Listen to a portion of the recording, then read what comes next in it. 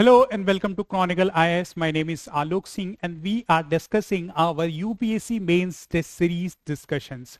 UPSC mains के test series के जो हम डिस्कशंस हैं उसमें ऑलरेडी हमने general studies paper 2, paper 4 along with the essay के सिमुलेशन टेस्ट को प्रीवियस क्लासेस में अपने डिस्कस कर लिया है।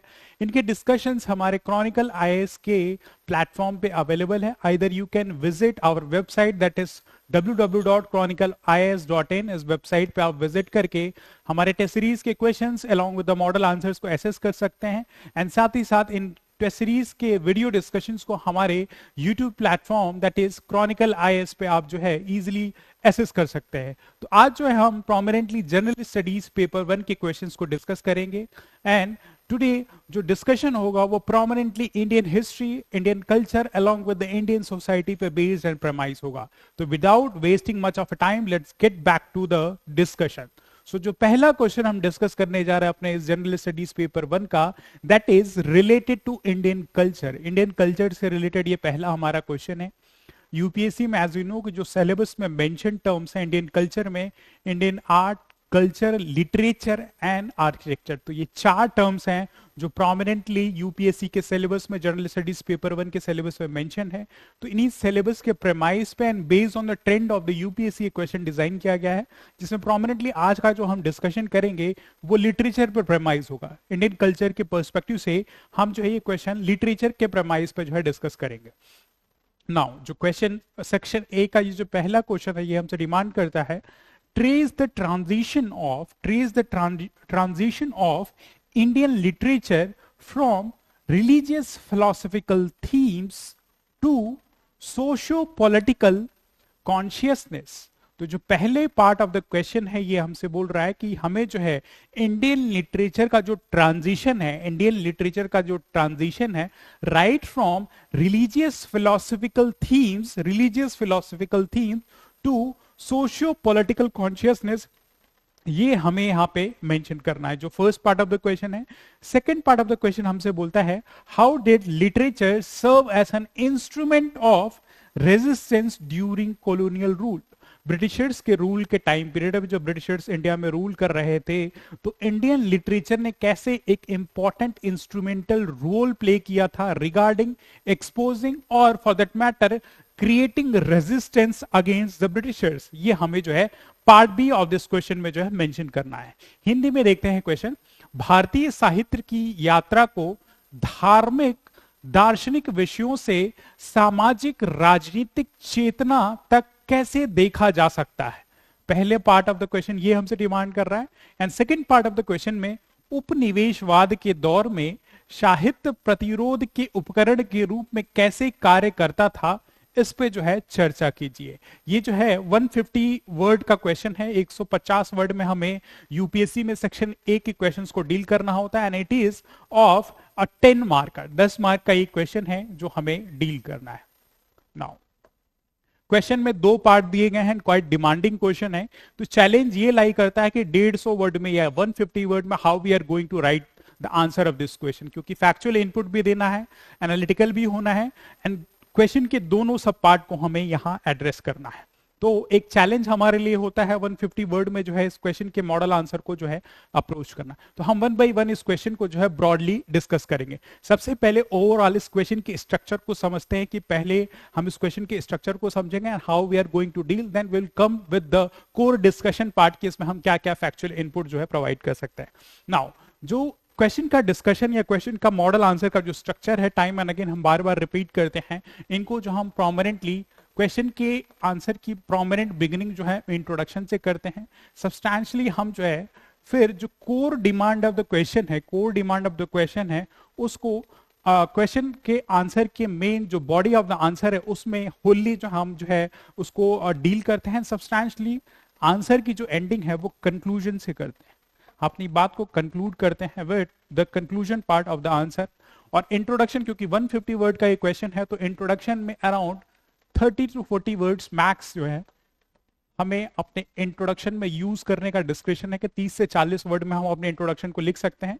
सब्सटैंशियली हमारा जो main body of the answer है वो around 80 to 90 words at max 80 to 90 words and substantially 20 to 30 words में जो है 20 to 30 वर्ड्स में जो हमें अपने इस क्वेश्चन के आंसर के कंक्लूजन को एंड करना होता है। नाउ यहाँ पे introduction along with the body of the answer, right, introduction along with the body of the answer. तो इंट्रोडक्शन जो होता है हमारे आंसर का एक रिफ्लेक्शन होता है, हमारी कंटेक्चुअल अंडरस्टैंडिंग का एक रिफ्लेक्शन होता है कि हमने जो क्वेश्चन पढ़ा है उसकी हमारी अंडरस्टैंडिंग जो डेवलप हुई है उसकी ब्रीफ से रिफ्लेक्शन हमें जो है प्रोमिनेंटली जो है इंट्रोडक्शन में रिफ्लेक्ट होता है। यानी कि इंट्रोडक्शन जो है एक first point of the impression है एक एग्जामिनर के माइंड में, जो कि हमारे इंटेलेक्चुअल थॉट का रिफ्लेक्शन होता है कि हमने क्वेश्चन को प्रॉपरली समझा है and we are going to address the question, right. तो इंट्रोडक्शन फर्दर जो है beyond that reflection of our thoughts, beyond reflection of our thought, introduction एक कनेक्टिंग लिंक है, एक कनेक्टिंग लिंक है विद द कंटेक्चुअल अंडरस्टैंडिंग, जिसमें हम broader reflection जो भी अपने main body of the answer में हम अपने आंसर्स को लिखने जा रहे हैं उसका एक ब्रीफ सा रिफ्लेक्शन हम इंट्रोडक्शन में कहीं ना कहीं जो है रिफ्लेक्ट मेंशन कर देते हैं, राइट। तो इंट्रोडक्शन जो है, इंट्रोडक्शन एक इंपॉर्टेंट रोल प्ले करता है हमारे आंसर राइटिंग में। एक suitable structured along with the proper inputs के साथ इंट्रोडक्शन जो है एक पॉजिटिव इंप्रेशन जो एग्जामिनर के माइंड में जो है क्रिएट करता है और कहीं ना कहीं एग्जाम में अराउंड 0.5 मार्क्स का एज जो है as compare to your friend group और पीयर ग्रुप जो है एक बेटर इंट्रोडक्शन आपको देने में हेल्पफुल होता है। तो स्ट्रेट फॉरवर्ड आते हैं इन तीन स्ट्रक्चर पर, हम अपने इस आंसर के क्वेश्चन के आंसर को जो है स्ट्रक्चर करेंगे। तो यहाँ पे वी कैन सी कि दो पार्ट में क्वेश्चन दिया गया है। पहले पार्ट में हमें जो है ट्रांजिशन बताना, right from religious philosophical themes to socio political consciousness, and second part में हमें लिटरेचर को बताना है कि इंडियन लिटरेचर जो है कैसे एक इंस्ट्रूमेंटल रोल प्ले किया ब्रिटिशर्स के अगेंस्ट में रेजिस्टेंस क्रिएट करने में, राइट। तो यहां पे जो है, यहां पे वी विल एड्रेस जो main body of the answer है, यहां पे पार्ट ए जो है, part A of this question prominently talks about transition from religious philosophical theme to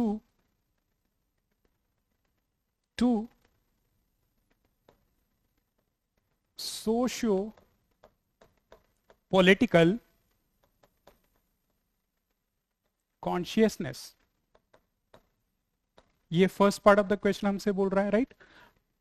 religious philosophical themes to socio political consciousness की तरफ कैसे Indian literature जो है, इंडियन लिटरेचर का ट्रांजिशन हुआ है, ये हमें part A of the question में बताना है। Part A of the question में हमें ब्रॉडली इन थीम्स को एड्रेस करना है।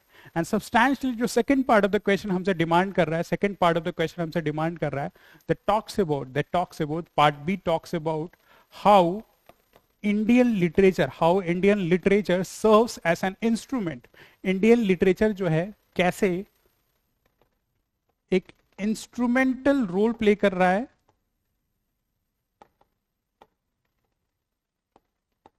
फॉर रेजिस्टेंस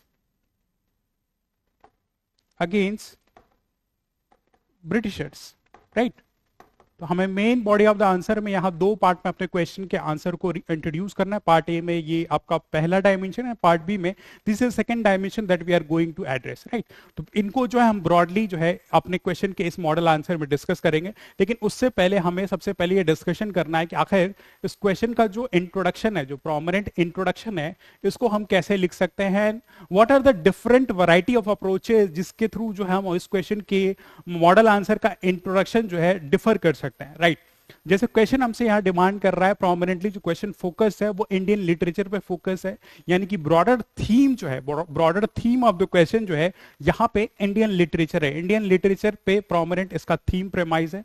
तो अगर थीमेटिक बेस हम इंट्रोडक्शन यहां पे अगर रिप्रेजेंट करें, राइट, अगर हमें अपने इंट्रोडक्शन को एक थीमेटिक बेस्ड इंट्रोडक्शन के पर्सपेक्टिव से अगर बिगिन करना हो, स्ट्रेट फॉरवर्ड हम इंडियन लिटरेचर के बारे में शुरू कर सकते हैं कि Indian literature is mirror of Indian society that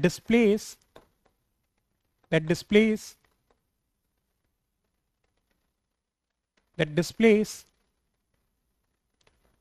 religious philosophical themes to socio-political consciousness as mentioned in the question, right?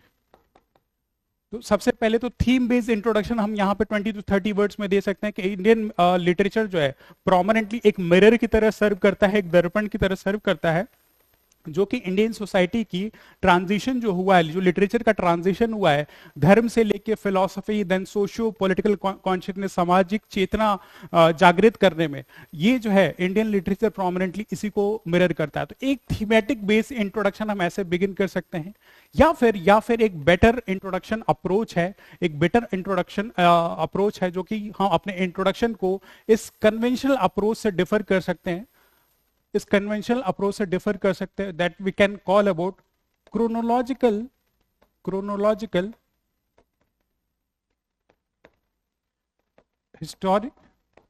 Historical and fact based introduction.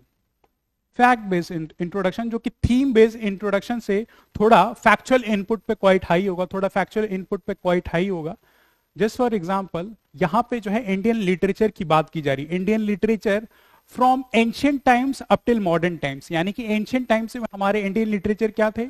Indian literatures like Veda, Upanishad, Ramayana, Mahabharat, या बुद्धिज्म एंड जैनिज्म से related त्रिपिटकास हैं, जैन आगमास हैं, ये क्या है? ये ancient Indian literatures हैं, right? Ancient Indian literatures हैं। वहीं अगर हम मेडिवल टाइम पीरियड के आसपास आएंगे, अगर मेडिवल टाइम पीरियड में देखें, जस्ट फॉर एग्जांपल 13 से 17 सेंचुरी के आसपास, तो हमें भक्ति टाइम पीरियड देखने को मिलता है। इस टाइम पीरियड में important cents like Guru Nanak, Kabirdas, Tulsidas, Mirabai, ऐसे इंपॉर्टेंट डिग्निटरीज थे जिन्होंने अपनी पोयम्स या अपनी कंपोजिशन से इंडियन लिटरेचर को एक रिच ट्रिटीज दी थी, राइट? रिच ट्रिटीज दी थी, जो फर्दर इस मेडिवल टाइम पीरियड के बाद अगर हम मॉडर्न टाइम पीरियड पे आएंगे, मॉडर्न टाइम पीरियड पे इंपॉर्टेंट डिग्निटरीज लाइक राजा राम मोहन रॉय, ईश्वर चंद्र विद्यासागर, रविंद्रनाथ टैगोर, राइट? रविंद्रनाथ टैगोर, या फिर उससे 20th सेंचुरी में आएंगे तो मुंशी प्रेमचंद, रामधारी सिंह दिनकर, ऐसे इंपॉर्टेंट राइटर्स हैं जिन्होंने इंडियन लिटरेचर को एनरिच किया है, एनमास किया है, और सोसाइटी की जो भी रियलिटीज हैं वो अपनी इंडियन लिटरेचर में ब्रॉडली हमें देखने को मिलती है, राइट? देखने को मिलती है। तो जब हम ये क्रोनोलॉजिकल या हिस्टोरिकल फैक्ट बेस्ड इंट्रोडक्शन यहां पे रिप्रेजेंट करेंगे, तो we can write straightforward हम अपने इंट्रोडक्शन को with this fact we can write Indian literature has evolved from Vedic and Upanishad literature in ancient times to Bhakti literature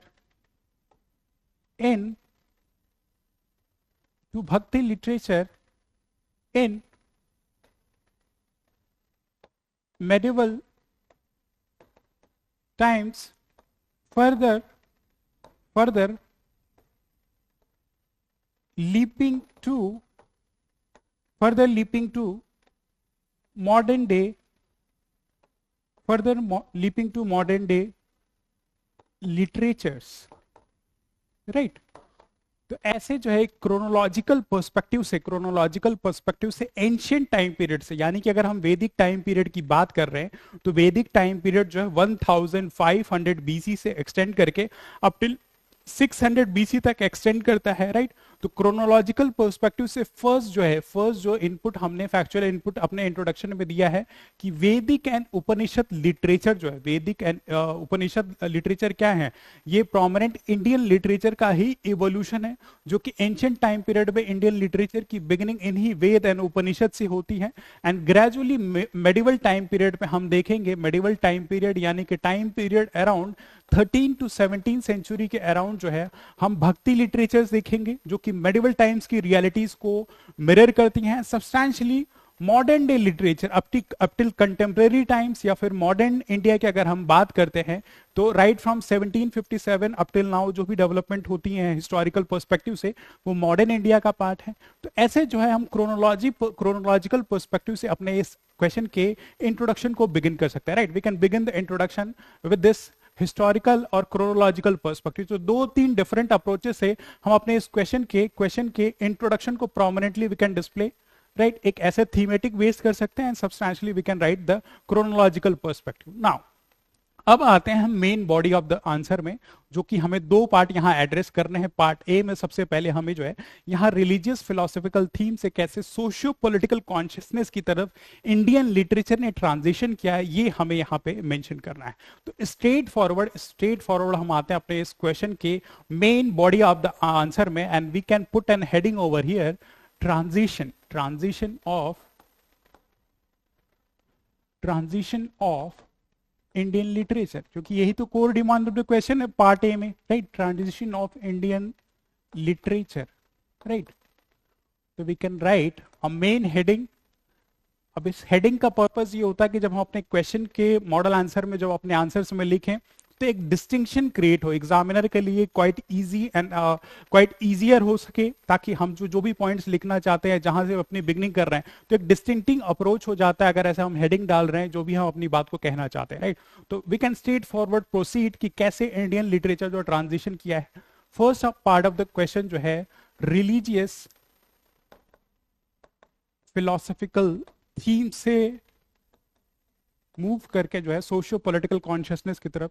तो first part में how we can display कि क्या religious philosophical theme से associated Indian literature from ancient times, कौन कौन से ऐसे literature से जो कि रिलीजियस और फिलोसॉफिकल थीम्स प्रेमाइज थे। तो prominently we can mention over here different literatures. Just for example we can mention Veda, Upanishads, prominently Ramayan, महाकाव्य से लाइक रामायण, महाभारत,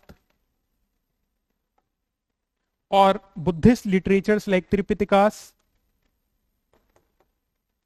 और जैन लिटरेचर्स लाइक जैन आगमास। ये क्या है? ये प्रोमिनेंट जो है एंशियंट इंडियन लिटरेचर्स हैं, ancient Indian literatures like Veda, Upanishad, Ramayana, Mahabharata, Tripitakas and Agamas.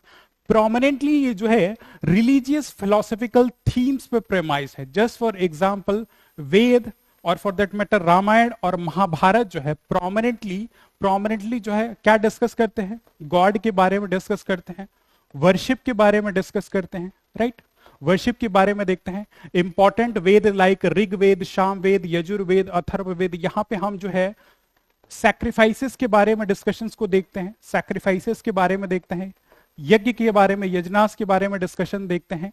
Primary deities कौन सी हैं, कौन कौन से ईश्वर हैं, इंद्र, अग्नि, वरुण, इनके बारे में मेंशनिंग जो है प्रोमिनेंटली वेद, रामायण, महाभारत इनमें देखने को मिलता है। यानी कि प्रोमिनेंट एंशिएंट लिटरेचर्स लाइक वेद, रामायण, महाभारत जो है रिलीजियस थीम पे प्रेमाइज थी। राइट, रिलीजियस थीम पे प्रेमाइज थी। उसके बियॉन्ड जो है रीत के बारे में, ऑर्डर के बारे में जो है इन लिटरेचर्स में जो है हमें इन साहित्य में, ऐसे साहित्य में हमें जो है रिलीजियस थीम पे, धार्मिक थीम पे जो है मेंशनिंग देखने को मिलती है।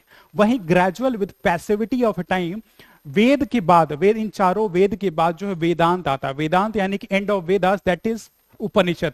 अब ये उपनिषद क्या है? Upanishads are basically the philosophical teachings in the sense कि हमने पहले टाइम पीरियड पे देख लिया कि भगवान क्या है, उनकी पूजा क्यों करनी है। लेकिन with gradual passivity of a time, जब एक ह्यूमन सिविलाइजेशन एक settled form of the life की तरफ जाती है तो उसके माइंड में क्यूरियस थॉट्स आते हैं। क्यूरियस थॉट किस लिए? कि हमारा लाइफ में एग्जिस्टेंस क्यों है। अगर हम भगवान की पूजा कर रहे हैं तो भगवान से हमारा क्या रिलेशनशिप है, भगवान कौन है, हमें क्यों वर्शिप करनी चाहिए, हमारा लाइफ के बाद, डेथ के बाद कहां पे हमारी शरीर या हमारी आत्मा जाती है। ये सारे फिलोसॉफिकल थॉट्स जो हैं ऐसे उपनिषद में जो है फिलोसॉफिकल थॉट्स हमें देखने को मिलते हैं। तो ये उपनिषद प्रोमिनेंटली क्या बात कर रहा है? उपनिषद टॉक्स अबाउट, ऐसे जो फिलोसॉफिकल टॉक्स हैं वो मेटाफिजिकल थिंग्स के बारे में बात कर रहा है, मेटाफिजिकल थिंग्स के बारे में बात कर रहा है। राइट। सब्सटैंशियली मेटाफिजिकल थिंग्स के अराउंड बात जो है आत्मा के बारे में, यानी कि सेल्फ के बारे में, सेल्फ के बारे में डिस्कस कर रहा, ब्रह्म के बारे में बातें हो रही है, भगवान कौन है, व्हाट इज गॉड, राइट। ये फिलोसफिकल टॉक्स जो है हमें प्रोमिनेंटली उपनिषद में या त्रिपिटकास में या जैन आगमास में जो है ऐसे फिलोसफिकल डिस्कशंस जो है देखने को मिलता है। यानी कि एंशियंट टाइम पीरियड में जो लिटरेचर्स थे, ये जो एंशियंट इंडियन लिटरेचर्स थे प्रोमिनेंटली, ये लिटरेचर्स जो है जो कि हम अपने मॉडल आंसर में से फैक्चुअल इनपुट देंगे, ये प्रोमिनेंटली जो है सबसे पहले रिलीजियस थीम्स के बारे में मेंशन कर रहे हैं, and gradual with passivity of a time certain philosophical talks, philosophical developments को जो है ये डिस्कशन इन जो लिटरेचर्स में लाइक उपनिषद, महाभारत और फॉर दैट मैटर त्रिपिटकास और जैन आगमास में हमें देखने को मिलता है। यानी कि religious philosophical themes prominently ancient India में रिलीजियस फिलोसफिकल थीम्स हमें देखने को मिलता है, राइट। तो ये पार्ट हम मेंशन कर सकते हैं। नाउ अब हमें जो है इनका ट्रांजिशन रिलीजियस फिलोसफिकल थीम से जो है प्रोमिनेंटली सेकेंड पार्ट में जो ट्रांजिशन है वो क्या है, सोशियो पॉलिटिकल कॉन्शियसनेस की तरफ, सोशियो पॉलिटिकल कॉन्शियसनेस की तरफ ग्रेजुअली इंडियन लिटरेचर कैसे मूव हुआ और कौन कौन से इंडियन लिटरेचर्स थे जो ये सोशियो पॉलिटिकल कॉन्शियसनेस को जो है डिस्प्ले करते हैं। रिलीजियस और फिलोसफिकल तो हमने समझा कि धर्म की बात हो रही है, फिलोसफी की बात हो रही है, और उनसे जो एसोसिएटेड लिटरेचर एंशिएंट इंडिया में है उसको हमने फैक्चुअल इनपुट में दे दिया। लेकिन यहाँ पे सोशियो पॉलिटिकल कॉन्शियसनेस क्या है? Socio political consciousness as the term suggest कि society as well as political की टर्म से बना हुआ है। सोशल कॉन्शियसनेस यानी कि सामाजिक चेतना क्या है? सोशल कॉन्शियसनेस जो है एक इंडिविजुअल का सोसाइटी में क्या स्टेटस है। इंडियन सोसाइटी की अगर बात करें तो इंडियन सोसाइटी में कास्ट सिस्टम प्रेवलेंट था, तो कास्ट सिस्टम में जो डाउन ट्रॉडन जो कास्ट के मेंबर्स थे लाइक शूद्रस या वर्ना में जिनकी लोअर हायरार्की थी, उनकी रिकॉग्निशन के बारे में इंडियन लिटरेचर प्रोमिनेंट जो है बात करता है। वो हम देखेंगे कौन कौन से इंडियन लिटरेचर हैं। साथ ही साथ पॉलिटिकल कॉन्शियसनेस की बात की जाए तो एक इंडिविजुअल का रिलेशनशिप जो भी गवर्नमेंट या अथॉरिटी रूल कर रही है उसके साथ कैसा होना चाहिए, मोनार्की होनी चाहिए या डेमोक्रेसी होनी चाहिए, वो प्रोमिनेंट जो है पॉलिटिकल कॉन्शियसनेस का पार्ट है। तो इसी दो की टर्म्स को डिकोड करते हुए हम प्रोमिनेंटली यहाँ पे जो है लिटरेचर्स को मेंशन करेंगे और उनके थीम्स क्या थे जो कि ट्रांजिशन दिखा रहे हैं सोशियो पॉलिटिकल कॉन्शियसनेस की तरफ, right from religious philosophical theme, वो हम यहाँ पे मेंशन करेंगे। जस्ट फॉर एग्जांपल हमने अभी एंशिएंट इंडियन की बात, एंशिएंट इंडिया की बात की जो कि 1500 बीसी से एक्सटेंड करके अप टिल 600 एडी या 700 एडी तक तो है ये डेवलपमेंट जो उपनिषद और महाभारत रामायण इनकी जो है डेवलपमेंट या कंपोजिशन हुई। सब्सटैंशियली अगर हम मेडिवल टाइम पीरियड की बात करें, मेडिवल इंडिया की बात करें, मेडिवल इंडिया की बात करें प्रोमिनेंटली 13 टू 17 सेंचुरी के अराउंड जो है 13 टू 17 सेंचुरी के अराउंड जो है प्रोमिनेंट इंडियन सोसाइटी में जो है भक्ति मूवमेंट की शुरुआत होती है, भक्ति मूवमेंट की शुरुआत होती है। ऑल्दो 8 टू 9 सेंचुरी के आसपास जो है शंकराचार्य जी ने जो है ऐसे कुछ रिफॉर्मेटिव मेजर्स लिए थे जिसको बिगिनिंग बोला जाता है। ऑल टुगेदर उनको डायरेक्टली इस चीज के लिए कंट्रीब्यूशन या ऐसा नहीं माना जाता है, लेकिन प्रोमिनेंटली 13 टू 17 सेंचुरी में इंडियन लैंडमार्क्स में जो है भक्ति मूवमेंट, मोर प्रोमिनेंटली मेडिवल इंडिया में जो है भक्ति मूवमेंट की शुरुआत होती है। इस टाइम पीरियड पे हम important cents like Guru Nanak Dev, right, Guru Nanak Dev ji को देखते हैं। गुरु नानक देव, तुलसीदास, कबीर, मीराबाई, ऐसे इंपॉर्टेंट सेंट्स को, जो इंपॉर्टेंट भक्ति सेंट्स को हम देखते हैं जो कि अपनी पोएट्रीज एंड कंपोजिशन के लिए जाने जाते हैं, अपनी पोएट्रीज एंड कंपोजिशन के लिए जाने जाते हैं, जो कि प्रोमिनेंटली लोकल डायलेक्ट्स में लिखे गए थे। लोकल डायलेक्ट्स में ये जो पोएट्रीज एंड कंपोजिशन, कबीर के दोहे या गुरुवाणी ये या मीराबाई जो भगवान कृष्ण को या भगवान को याद में जो भजन कीर्तन करती हैं, वो प्रोमिनेंटली जो लोकल डायलेक्ट्स में लिखे गए थे। एंड इन प्रोमिनेंट पोएट्रीज और इन क्रिएशन का कोर पर्पस था सोसाइटी में एक कॉन्शियसनेस डेवलप करना, socio political consciousness in the sense unity की भावना लेके आया, सेक्युलरिज्म की फीलिंग लेके आया, राइट, सेक्युलरिज्म की फीलिंग लेके आया, beyond upliftment of downtrodden members of the society, upliftment of downtrodden, prominently इनकी कंपोजिशन जो है एंटी कास्ट मूवमेंट की तरफ थी। जो इंडियन सोसाइटी की डिमेरिट सी that is related to caste system, उसके अगेंस्ट से प्रोमिनेंट इनकी कंपोजिशन थी। तो ये कंपोजिशन जो भी तुलसीदास या कबीर ऐसे भक्ति सेंट्स की थी, ये सोसाइटी में एक कॉन्शियसनेस, एक डिबेट, एक डिस्कशन लेके आती हैं, जो कि इंडिविजुअल्स जो भी इंडिविजुअल्स थे उनमें एक कॉन्शियसनेस, एक चेतना का डेवलपमेंट होता है, right, regarding secularism, regarding upliftment of the masses. तो रिलीजियस फिलोसॉफिकल थीम्स पे हम मेडिवल टाइम पीरियड पे देखते हैं कि जो भी इंडियन लिटरेचर, इंडियन लैंडमार्क्स में मेडिवल टाइम पीरियड में डेवलप हुए, वो सोसाइटी में एक ग्रेजुअल कॉन्शियसनेस जो है डेवलप करती है। तो ये फैक्चुअल इनपुट्स में इन सेंट्स, प्रोमिनेंट सेंट्स का हम नाम मेंशन कर सकते हैं। एंड प्रोमिनेंट इनको जो इंपॉर्टेंट फीचर्स है जो कि सोशियो पॉलिटिकल कॉन्शियसनेस ला रहे हैं, वो हम मेडिवल टाइम पे यहाँ पे मेंशन कर सकते हैं, राइट। सब्सटैंशियली हम मूव करेंगे मेडिवल टाइम पीरियड से, जब लेटर हम देखेंगे मॉडर्न टाइम पीरियड में। मॉडर्न टाइम पीरियड में हम देखेंगे, मॉडर्न टाइम पीरियड में मॉडर्न इंडिया में important thinkers like Raja Ram Mohan Roy, Ishwar Chandra Vidyasagar,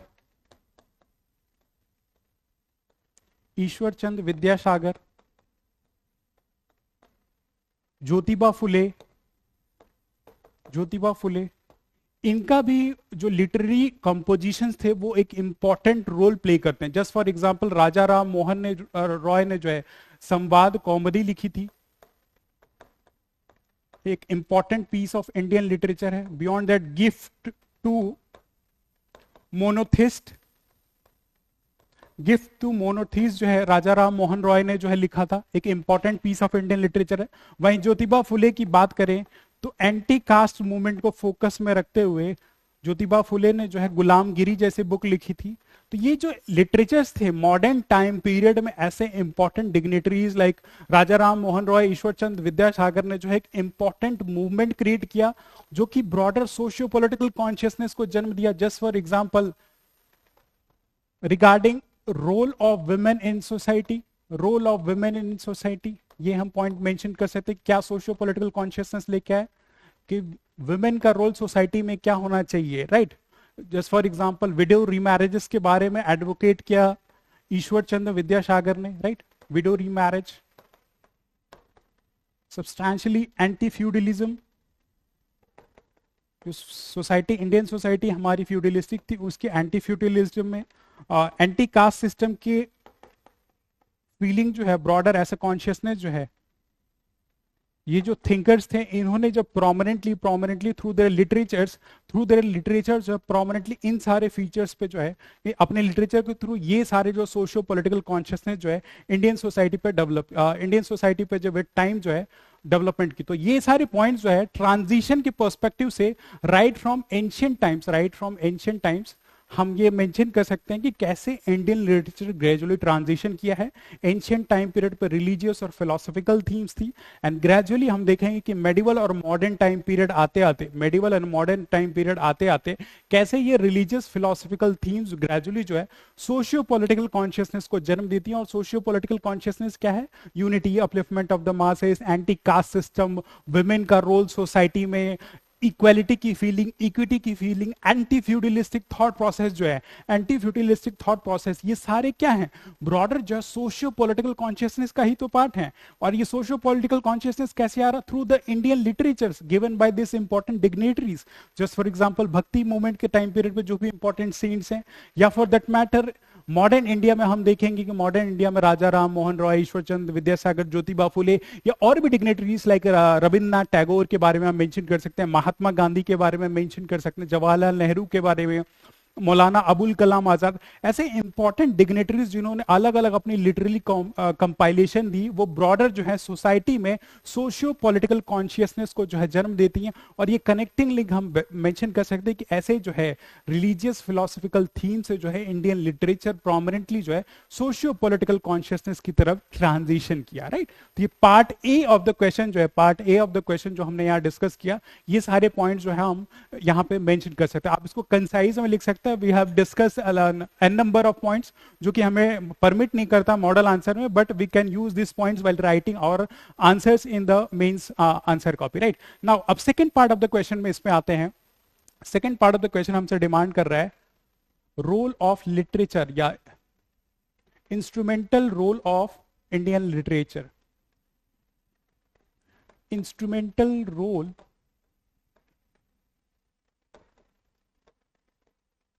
of Indian literature against colonial rule, against colonial rule.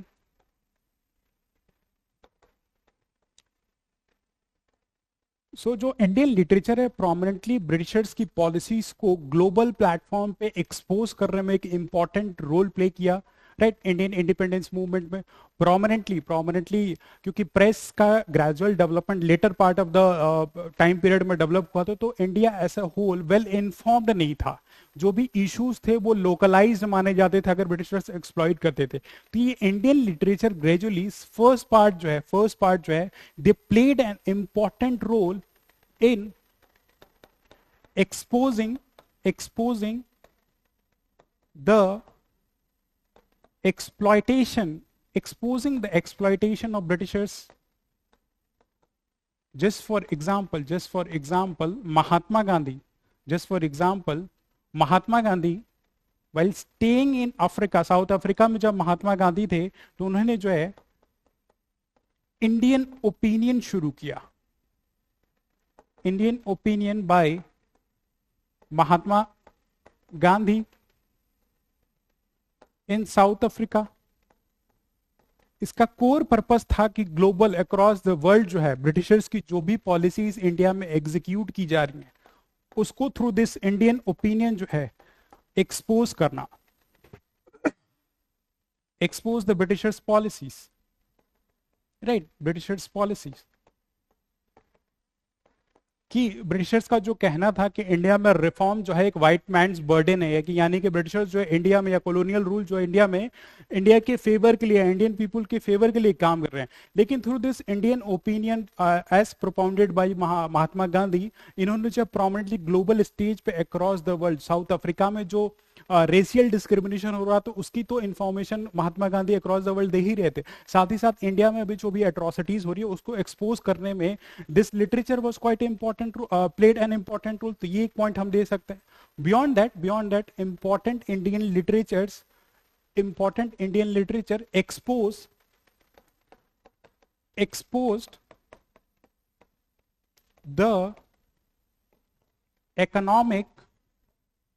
exposed the economic policy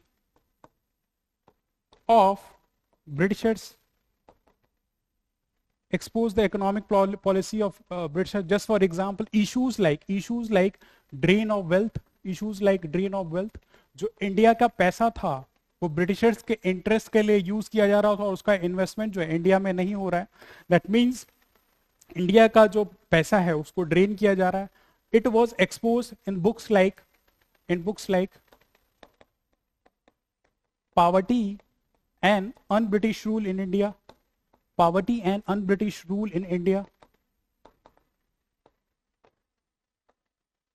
written by whom? दादा भाई Nehru ji, right, दादा भाई नेहरू जी ने जो है poverty and un-British rule in India जो है बुक लिखी थी, जो कि ब्रॉडर ब्रिटिशर्स की इकोनॉमिक पॉलिसीज को जो है एक्सपोज करने में क्वाइट हेल्पफुल थी। Similarly another book that is known as economic critique written by R C Dutt, इन्होंने भी जो है प्रोमिनेंटली ब्रिटिशर्स की जो इकोनॉमिक पॉलिसीज थी जो इंडिया के अगेंस्ट में एंड प्रोमिनेंटली ब्रिटिशर्स के फेवर में थी, इसको जो है prominently through this Indian literature broader at global stage जो हाईलाइट किया था। तो ये Indian literature quite important role play कर रहे हैं as an instrumental role regarding exposing the colonial rule. Substantially rebellion की अगर हम बात करें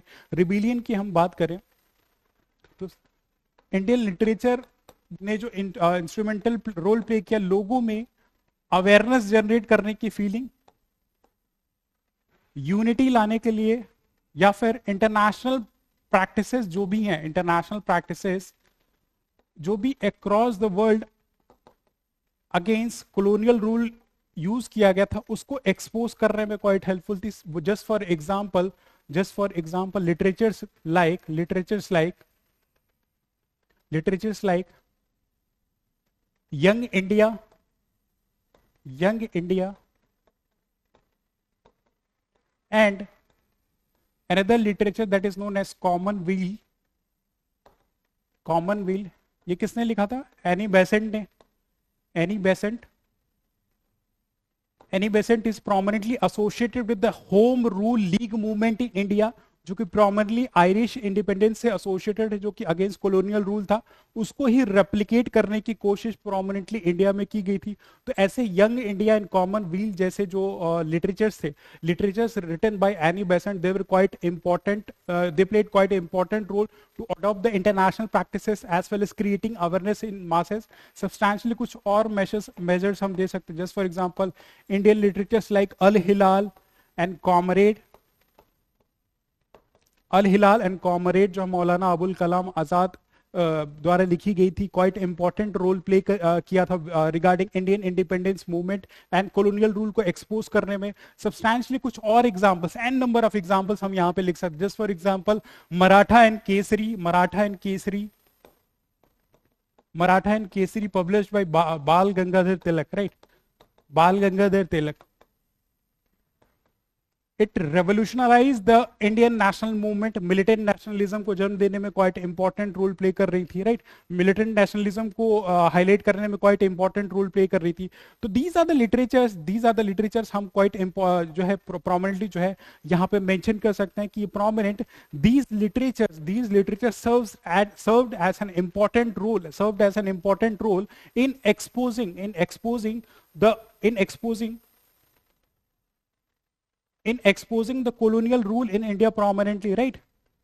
second part of the question, ये 3-4 पॉइंट्स को हम लिख सकते हैं क्योंकि हमारे पास वर्ड्स का डिस्क्रिप्शन नहीं है, तो एन नंबर ऑफ एग्जांपल्स का यूज करके बियॉन्ड दैट स्वदेशी मूवमेंट के टाइम पे, या फिर रविंद्रनाथ टैगोर जी द्वारा जो है अमार सोनार बंगाल लिखी गई थी रिगार्डिंग स्वदेशी मूवमेंट, जब पार्टीशन ऑफ बंगाल किया गया था, राइट, पार्टीशन ऑफ बंगाल किया गया था, और फॉर दैट मैटर आनंद मत लिखा गया था, आनंद मत लिखा गया था prominently.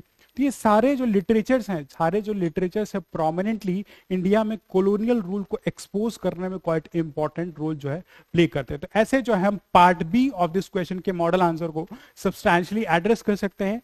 And in the and जो है अपने इस क्वेश्चन के कंक्लूजन को जो है, कंक्लूजन को यहाँ पे मेंशन कर सकते हैं कि दस Indian literature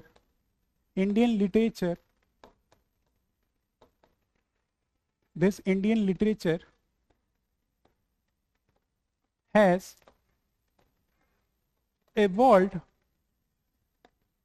from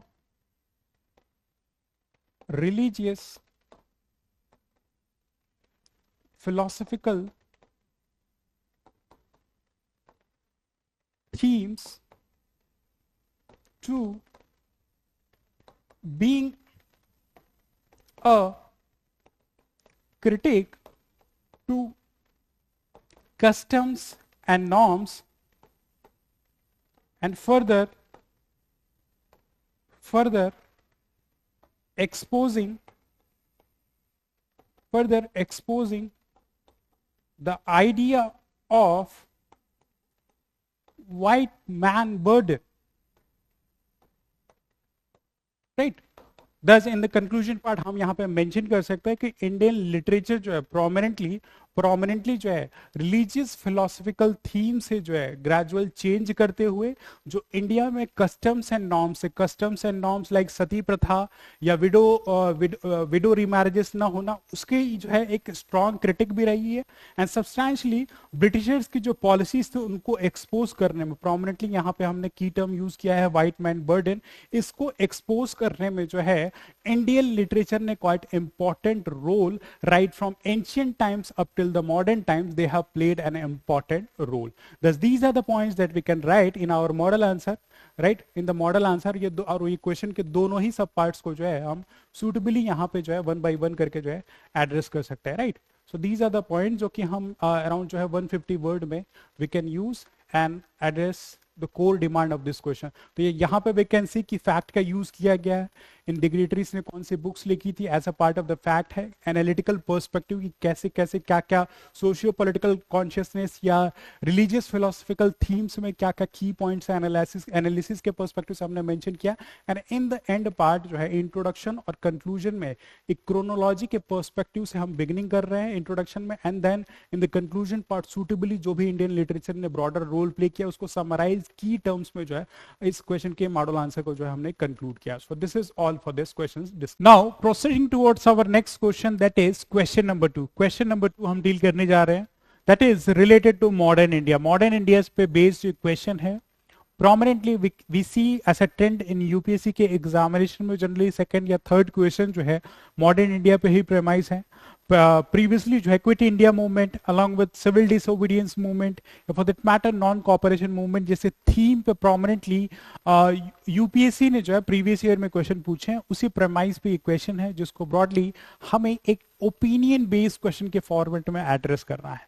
the question talks about the cabinet mission plan. The cabinet mission plan was a missed opportunity to forge unity amidst diversity in India. Do you agree? Substantiate with arguments. Hindi में देखें, cabinet mission योजना भारत की विविधता में एकता स्थापित करने का एक खोया हुआ अवसर थी। क्या आप इससे सहमत हैं? तर्क सहित उत्तर दें। क्वेश्चन जो है 150 वर्ड में हमें लिखना है for a 10 marker question. 10 marker question जो है हमें इस क्वेश्चन के मॉडल आंसर को जो है लिखना है। Now as you can see कि you have to give your arguments, आपको अपना ओपिनियन देना है whether you agree with this statement और नॉट, कि कैबिनेट मिशन प्लान क्या वाकई में एक फेलियर था या एक लास्ट चांस था जो कि इंडिया में unity along with the diversity को स्टैब्लिश या स्ट्रेंथन कर सकता था, लेकिन ऑल टुगेदर ये प्लान अपने आप में फेल हुआ। तो इसमें जो है आपको अपना आर्गुमेंट रखना है वेदर यस और नो। एंड ये क्वेश्चन जो है थोड़ा सा डाइसी है, स्ट्रेट फॉरवर्ड आप यस और नो नहीं आ सकते हैं। एंड यस और नो अगर आपने ओपिनियन अपना दिया भी तो एक साइड ऑफ द आर्गुमेंट रखना एक स्मार्टर या इंटेलेक्चुअल अप्रोच नहीं होता।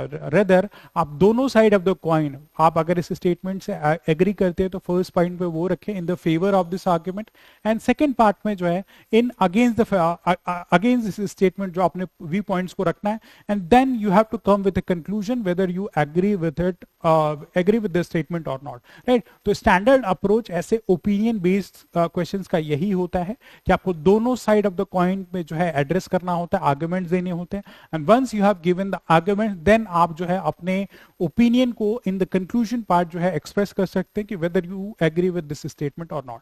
Now यहाँ पे प्रोमिनेंटली जो है कैबिनेट मिशन प्लान के बारे में डिस्कशन हो रहा है। Now cabinet mission plan as you know कि 1946 में ये कैबिनेट मिशन प्लान जो है स्टैब्लिश किया गया था।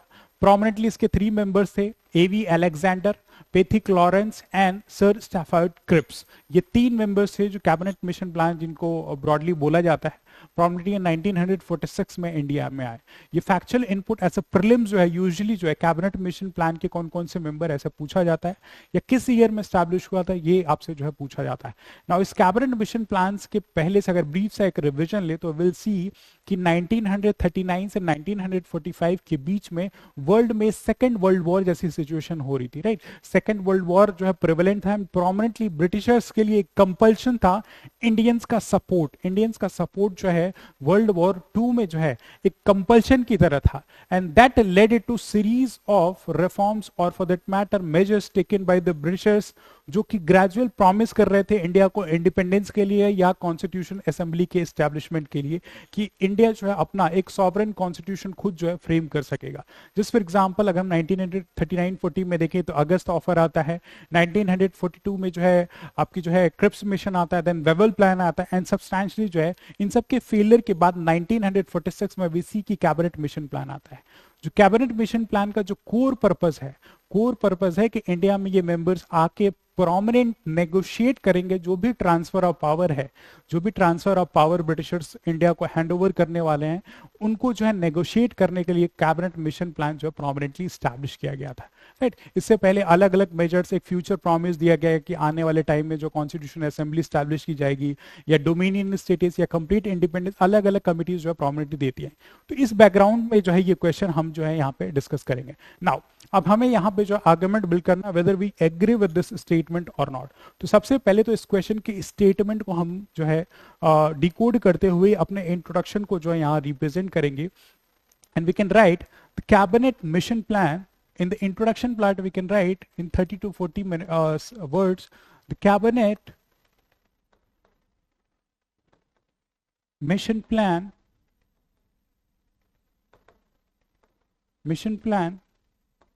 was established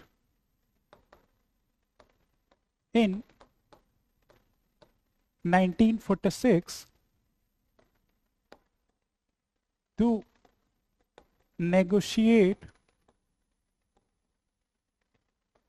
transfer of power to United India,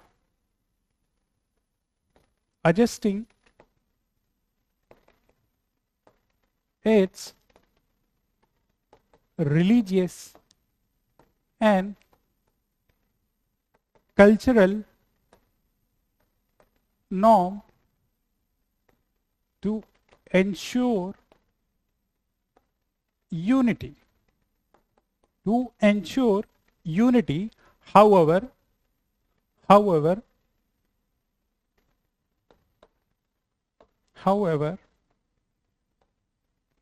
the cabinet mission plan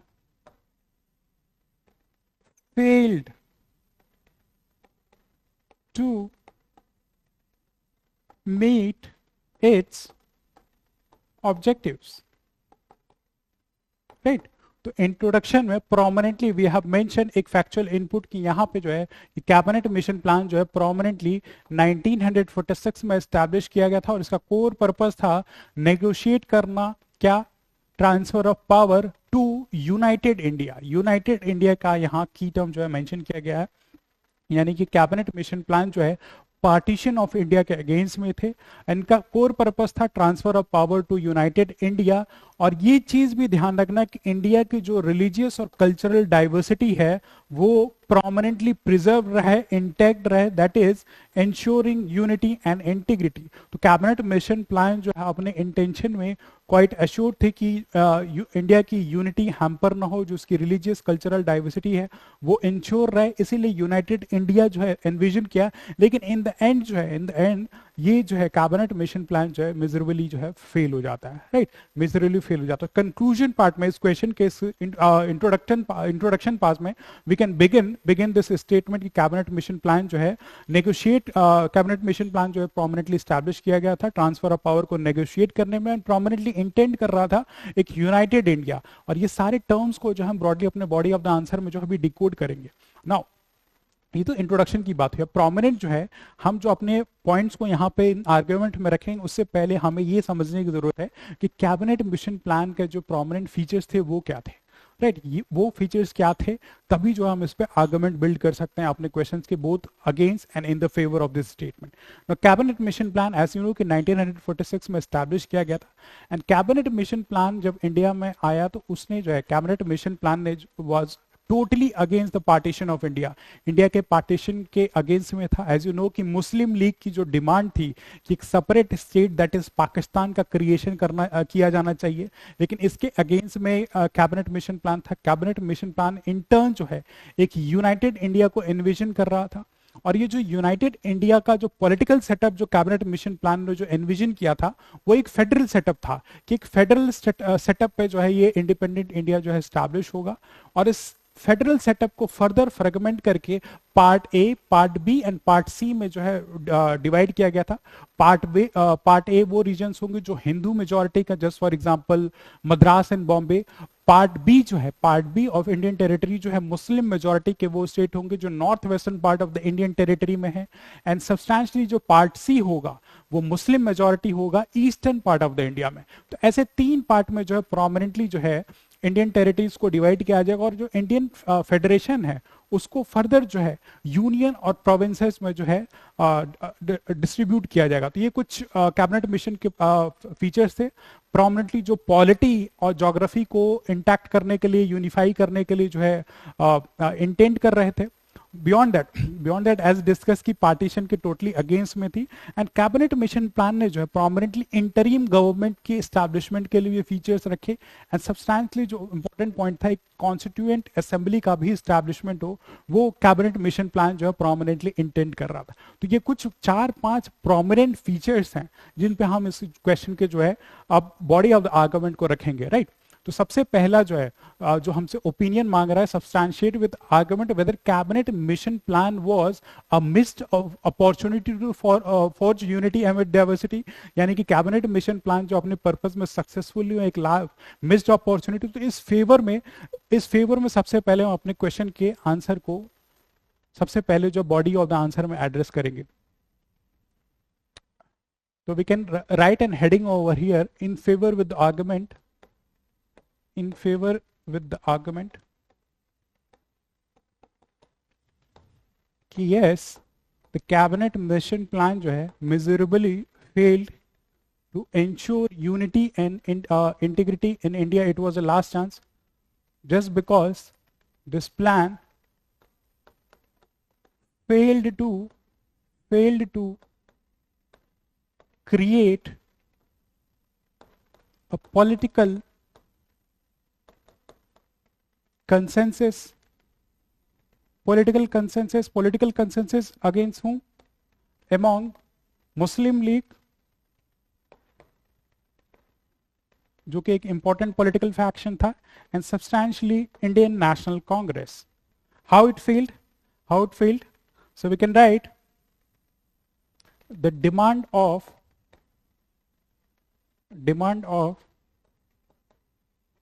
separate state of Pakistan, it wasn't met. Cabinet mission plan जो separate state या पार्टीशन ऑफ इंडिया को intent नहीं कर रहा था। That led to dissatisfaction of Muslim League like. तो एक तो ये एक प्रोमिनेंट इशू था। सेकेंडली कांग्रेस की तरफ से the plan was accepted but with certain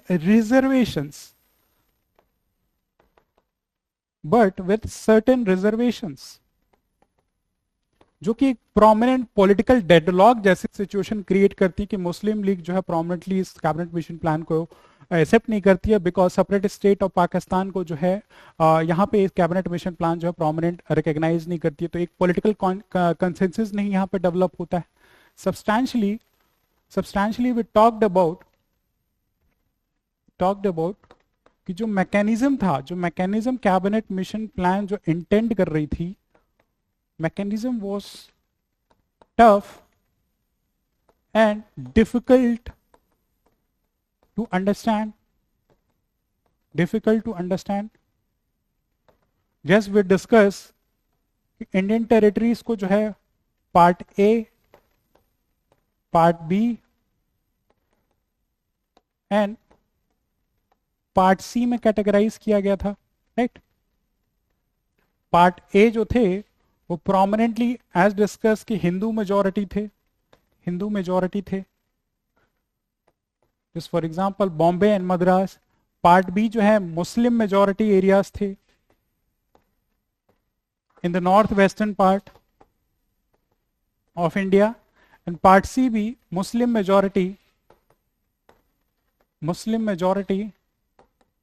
in eastern part of the India में थी, राइट। तो ये ऐसे तो टेरिटोरियल रिकॉग्निशन की बात थी। बियॉन्ड दैट सब्सटैंशियली कुछ और चैलेंजेस जो इससे एसोसिएटेड थे, वो जो टर्मिनोलॉजीज थी, वो टर्मिनोलॉजीज और डेफिनेशंस जो थी quite difficult to understand. Terminologies and definitions were quite difficult to understand. Beyond जो फेडरेशन का कैटेगराइजेशन था between union and provinces,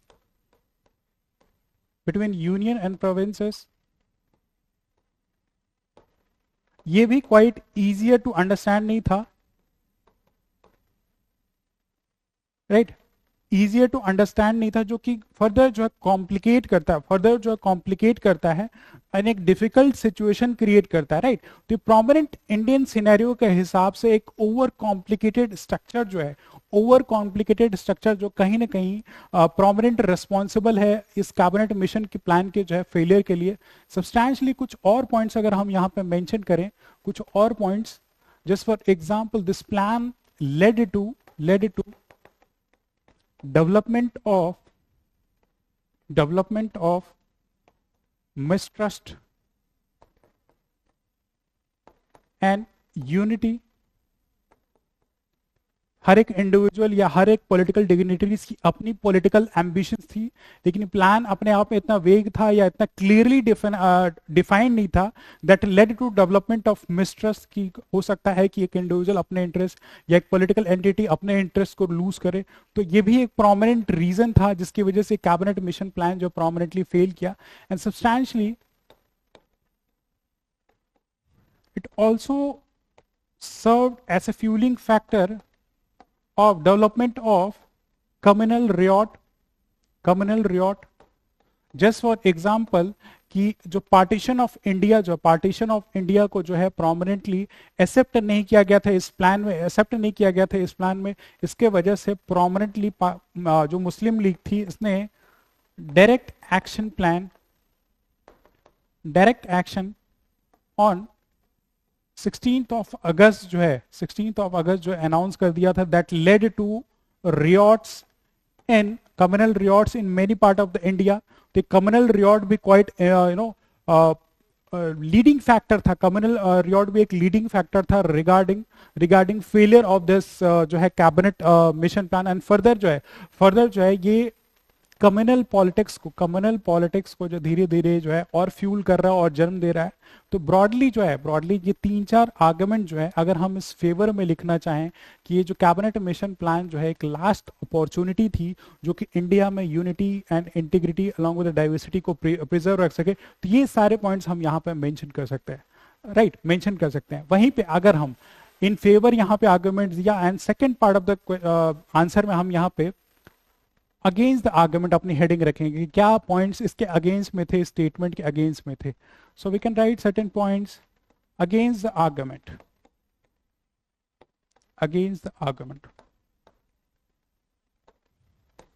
straight forward we can see कि जो cabinet mission plan we can see कि intent कर रहा था एक unity and integrity preserve protect करने के लिए, राइट, प्रिजर्व एंड प्रोटेक्ट करने के लिए यूनाइटेड इंडिया का फेडरेशन को इंटेंट कर रहा था. That means it was an genuine attempt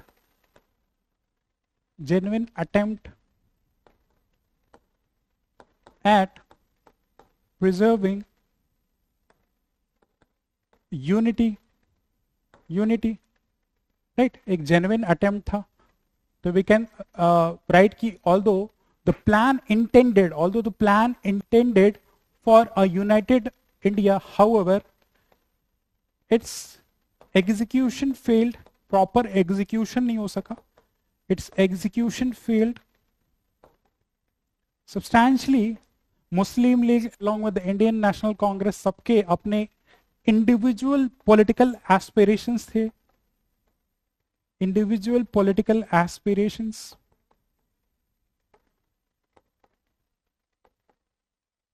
ये भी एक बडिंग रीजन है कि प्लान तो अपने आप में क्वाइट बेटर था, क्वाइट नॉवेल इनिशिएटिव या नॉबल मोटिव से एस्टैब्लिश किया था, लेकिन कहीं ना कहीं इसका प्रॉपर एग्जीक्यूशन नहीं हो पाया. सब्सटैंशियली अलग अलग पॉलिटिकल एम्बिशंस की वजह से भी ये प्लान फेल हुआ. एंड कुछ और पॉइंट जो हम यहाँ पे मेंशन कर सकते हैं, just for example lack of flexibility, lack of flexibility in political parties, in political parties has discussed कि हर एक पॉलिटिकल पार्टी अपना कुछ गोल एम एंड ऑब्जेक्टिव अचीव करना चाहती थी, राइट, एम एंड अचीव करना चाहती है, और किसी भी पर्सपेक्टिव से उनकी जो है फ्लेक्सिबिलिटी नहीं थी, कोई भी दबना नहीं चाहता था, राइट, कोई भी बेंड नहीं होना चाहता था, and that led to poor implementation of this cabinet mission plan, that led to poor implementation of this cabinet mission plan. Substantially कुछ और point थे, just for example, even though they weren't flexible enough, this political parties weren't flexible enough कि जो है cabinet mission plan को एंटेन कर सके, लेकिन जो प्लान था वो ग्रेजुअली सबके इंटरेस्ट को, जो भी प्रोमिनेंट पॉलिटिकल पार्टीज थे उनके इंटरेस्ट को जो है प्रोटेक्ट करने में, प्रिजर्व करने में क्वाइट प्रॉमिसिंग थी. जस्ट फॉर एग्जांपल, सबसे पहले तो United India without any partition के थ्रू जो है इंडियन नेशनल कांग्रेस के इंटरेस्ट को प्रिजर्व एंड प्रोटेक्ट करना चाहती थी cabinet mission plan. And substantially जो मुस्लिम लीग की सेपरेट कंट्री या सेपरेट स्टेट की जो डिमांड थी, उसमें सेपरेट स्टेट की तो मांग को एक्सेप्ट नहीं किया गया, रेदर सर्टेन ऑटोनॉमी देने का जो है प्लान, इंटेंशन जो है ये कैबिनेट मिशन प्लान जो है परपेचुअली अपने साथ जो कंटेन कर रही थी. लेकिन क्योंकि पुअर फ्लेक्सिबिलिटी थी पॉलिटिकल पार्टीज के, अपने एम्बिशन थे, तो उन्होंने इस प्लान को जो प्रोमिनेंटली एक्सेप्ट नहीं किया. तो ये दोनों आर्गुमेंट जो है, बोथ आर्गुमेंट्स एज डिस्कस, कि इसको जो है हम यहाँ पे मेंशन कर सकते हैं, both in the against as well as in the favour, right, in favour as well as in the against this argument की जो कैबिनेट मिशन प्लान को जो ऐसा बोला जाता है कि एक लास्ट अपॉर्चुनिटी जो इंडिया में यूनिटी को प्रिजर्व एंड प्रोटेक्ट कर सकती थी, और दोनों आर्ग्यूमेंट हमने दे दिया. तो यहाँ पे we can summarise in the conclusion part, we can write कि although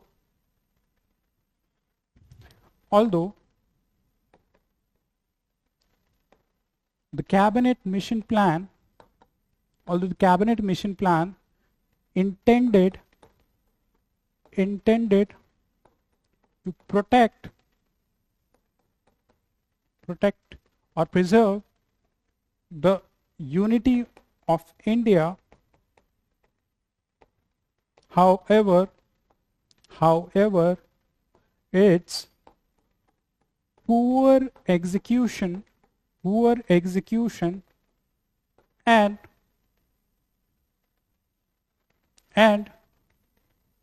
political greed led to its failure. Thus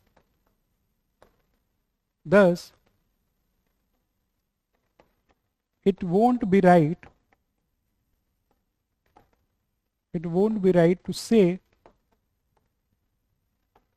cabinet mission plan was the last chance to preserve the unity of India. Thus, it won't be right to say cabinet mission plan failed. यहाँ पे the statement was about failed, it failed, right? The cabinet mission plan failed to ensure unity in the independent India, right? तो ये सारे point जो हम अपने इस model answer में यहाँ पे one by one, right, for this 150 word we can incorporate this point both in the favor and in the against of this statement, क्योंकि यहाँ पे हमें अपने argument को question specifically demand कर रहा है, we have to give our arguments along with the opinion whether we agree with this or not. तो दोनों side of the argument दे के हम conclusion part में ये mention कर सकते हैं कि cabinet mission plan जो है, cabinet mission plan जो अपने आप में एक positive intention, एक noble initiative aim और plan लेके आया था, however its poor execution and अलग अलग पॉलिटिकल पार्टीज की ग्रीड की वजह से इसका प्रॉपर इंप्लीमेंटेशन नहीं हो पाया, इस वजह से ये कहना कि cabinet mission plan all together fail हुआ to protect the unity and diversity in India, ये सही चीज नहीं है, right? So these are the point that we can mention in this model answer. Now the next question that we are going to deal is question number 3. Question number 3 also deals with prominently modern India. Modern India के syllabus से question deal करता है. As you know कि UPSC में there is a trend in paper 1. अगर हम past year questions को analyse करेंगे तो women as a central theme रही है, चाहे वो हिस्ट्री के क्वेश्चंस हो, इंडियन सोसाइटी हो, या फॉर टॉपिक्स लाइक ग्लोबलाइजेशन या इंडियन सोसाइटी के टॉपिक्स में women as a central theme रही हैं, जिनके सराउंडिंग जो है क्वेश्चंस को डिजाइन किया जाता है. तो इसी पर्सपेक्टिव से हमारा ये मॉडर्न इंडिया का क्वेश्चन है, जिसमें प्रोमिनेंटली हम विल सी कि the question talks about the women's participation in India's freedom struggle was not limited to support roles but was central to mobilization and resistance, analyzed with reference to different phases and leaders. Bharat के स्वतंत्रता संग्राम में महिलाओं की भागीदारी केवल सहायक भूमिका तक सीमित नहीं थी, बल्कि ये प्रतिरोध और जन संचालन का केंद्र थी. विभिन्न चरणों और नेताओं के संदर्भ में विश्लेषण करें. ये एक 10 मार्कर क्वेश्चन है जिसे हमें 150 वर्ड में जो है लिखना है. नाउ एज यू नो कि यहाँ पे विमेन का फ्रीडम स्ट्रगल, इंडिया के फ्रीडम स्ट्रगल में प्रोमिनेंट एक्टिव रोल पे हमें डीपर एम्फेसिस डालना है, न कि जो कि क्वेश्चन हमसे यहाँ पे एक्सप्लेन कर रहा है कि वुमेन ने सिर्फ एक सपोर्टिव रोल नहीं प्ले किया था, एक सहायक भूमिका नहीं निभाई थी, rather women played an active role in freedom struggle in India. तो अलग अलग फेजेस में, जो भी फ्रीडम स्ट्रगल के अलग अलग फेजेस हैं, उन फेजेस में अलग अलग पर्सनालिटीज और लीडर्स के बारे में हमें ऐसा फैक्चुअल इनपुट यहाँ पे जो है ये अपने आंसर को सप्लीमेंट करना है कि कैसे women in India have played a proactive role in mobilizing the masses as well as revolting against the Britishers, right? तो इस क्वेश्चन को 150 वर्ड में हम कैसे अप्रोच करेंगे विल सी, राइट? तो इस क्वेश्चन के इंट्रोडक्शन को हम डेफिनेशन बेस्ड न रखे या थीम बेस्ड न रखे फैक्ट बेस्ड इंट्रोडक्शन रखते हैं, राइट? हमारी जो एक एग्जामिनर के माइंड में जो है एक पॉजिटिव इंप्रेशन क्रिएट करने के लिए कुछ हम फैक्चुअल इनपुट देंगे. Just for example, women like Rani Lakshmibai,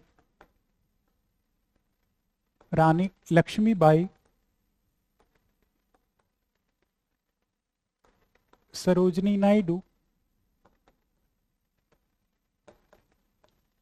Naidu, Kalpana Dutt, and Lakshmi Sehgal have played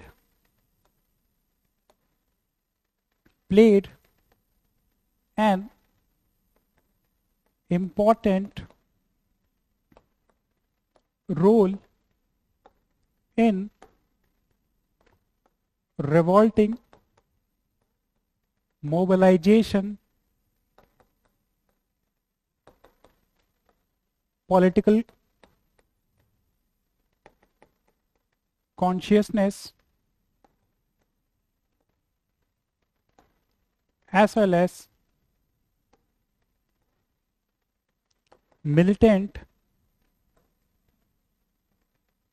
nationalism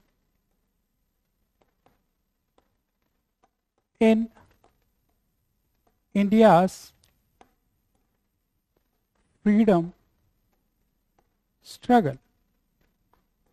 In the introduction part, while giving the factual input with important women dignitaries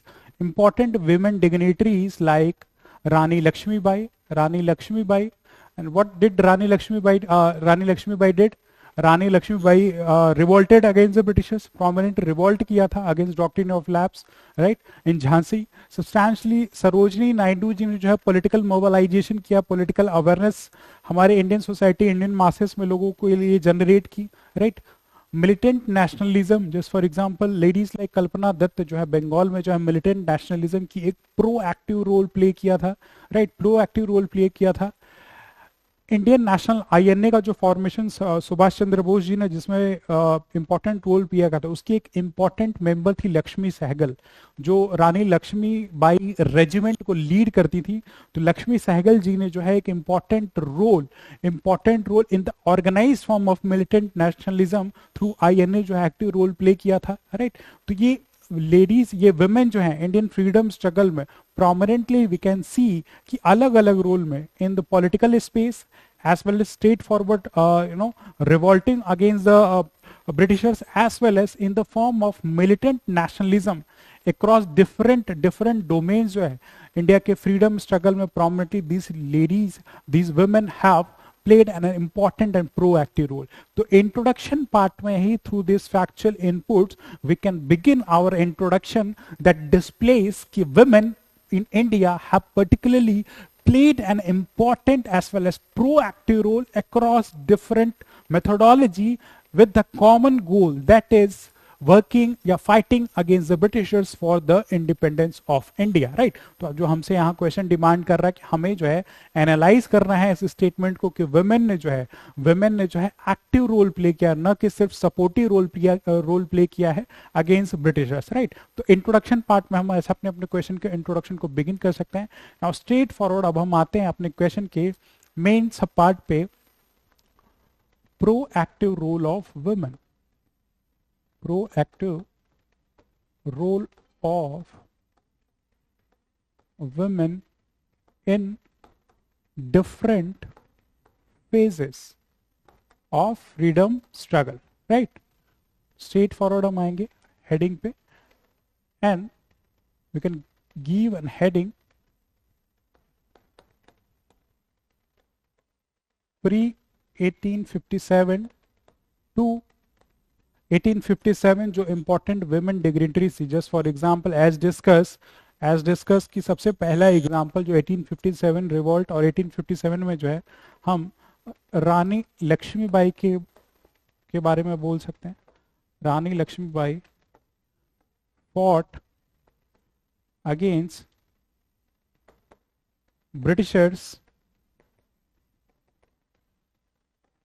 in 1857 revolt in Jhansi, right. सबसे पहला important role तो रानी लक्ष्मीबाई ने play किया था। Substantially Awadh के reason में will see Begum Hazrat Mahal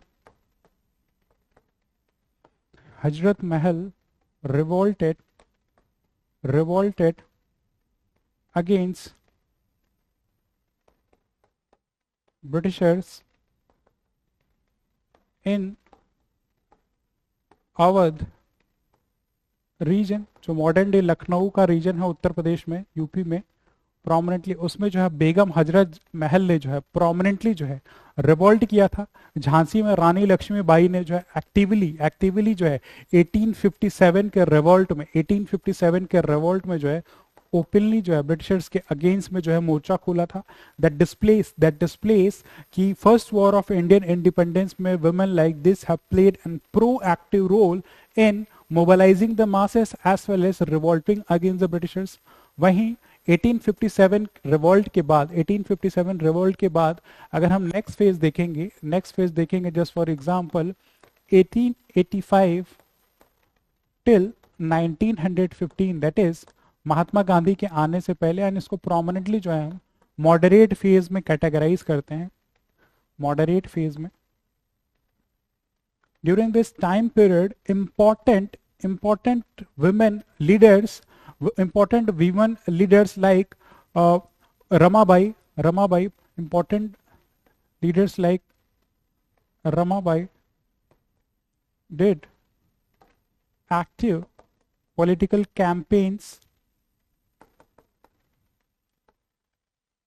political campaigns along with advocating for education। ये political campaigns और एजुकेशनल रिफॉर्म जो हैं विथ लीडर्स लाइक रमाबाई, ये प्रोमिनेंटली ब्रिटिशर्स के अगेंस्ट में ही थे, जो कि वुमेन राइट पे सेंट्रिक थे सब्सटैंशली। सेकेंड जो है important women fighters like Sarla Devi Chaudhurani, during this phase उन्होंने भी एक्टिव रोल प्ले किया था, एक्टिव रोल प्ले किया था with her political campaigns, with her political campaigns for broader emancipation of the masses as well as flickering the fire of nationalism. Nationalism, राष्ट्रीयता की जो चिंगारी है, flickering the fire of nationalism, it was being done by important leaders like Ramabai and Sarla Devi Chaudhurani in the moderate phase. इन लोगों ने active role play किया था। वहीं सब्सटैंशली अगर हम अलग 1915 के बाद विल सी कि महात्मा गांधी का अराइवल जो है, महात्मा गांधी का अराइवल जो है इंडिया में होता है, एंड इस फेज को पोस्ट 1915, पोस्ट 1915 जो है प्रोमिनेंटली इसको जो है गांधीयन फेज बोलते हैं, right, Gandhian phase. Gandhian phase will see important women leaders like Sarojini Naidu,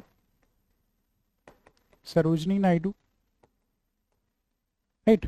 और इस गांधीयन फेज में प्रोमिनेंटली हम important events like non cooperation movement, civil disobedience movement and quit India movement, ये तीन मेजर इवेंट्स को prominently Indian national movement में देखते हैं। तो with this important leaders like Sarojini Naidu, we saw कि सरोजनी नायडू ने नायडू जी ने जो है प्रोमिनेंटली सिविल डिसओबीडियंस मूवमेंट में, राइट, जो सॉल्ट मार्च था, राइट, बियॉन्ड महात्मा गांधी, सरोजनी नायडू ने rest part of the India में सिविल डिसओबीडियंस मूवमेंट को प्रोमिनेंटली जो कंटिन्यू रखा था, right, and substantially quit India movement में भी, beyond this civil disobedience movement, quit India movement में भी सरोजनी नायडू का जो है एक इंपॉर्टेंट रोल था, right? तो Gandhian phase में we'll see leaders like Sarojini Naidu, she has played an important role substantially. We'll see leaders like women leaders like Annie Besant,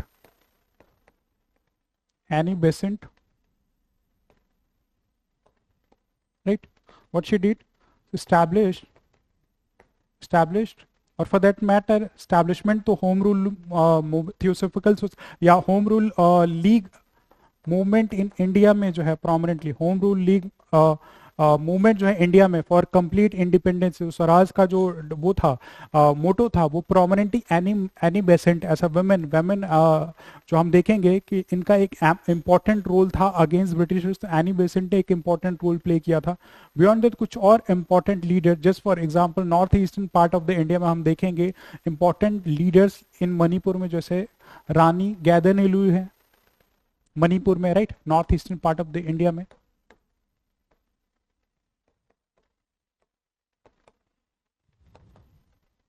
She fought against the Britishers,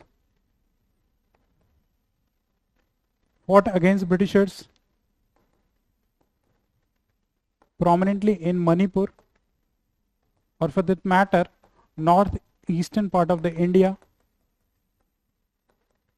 क्योंकि non cooperation movement में भी एक active role play किया था।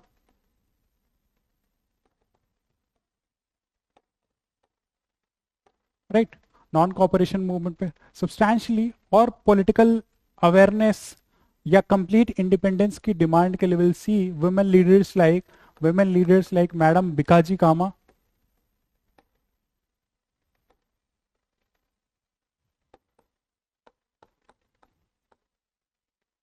she unfurled the Indian flag at Stuttgart, Germany.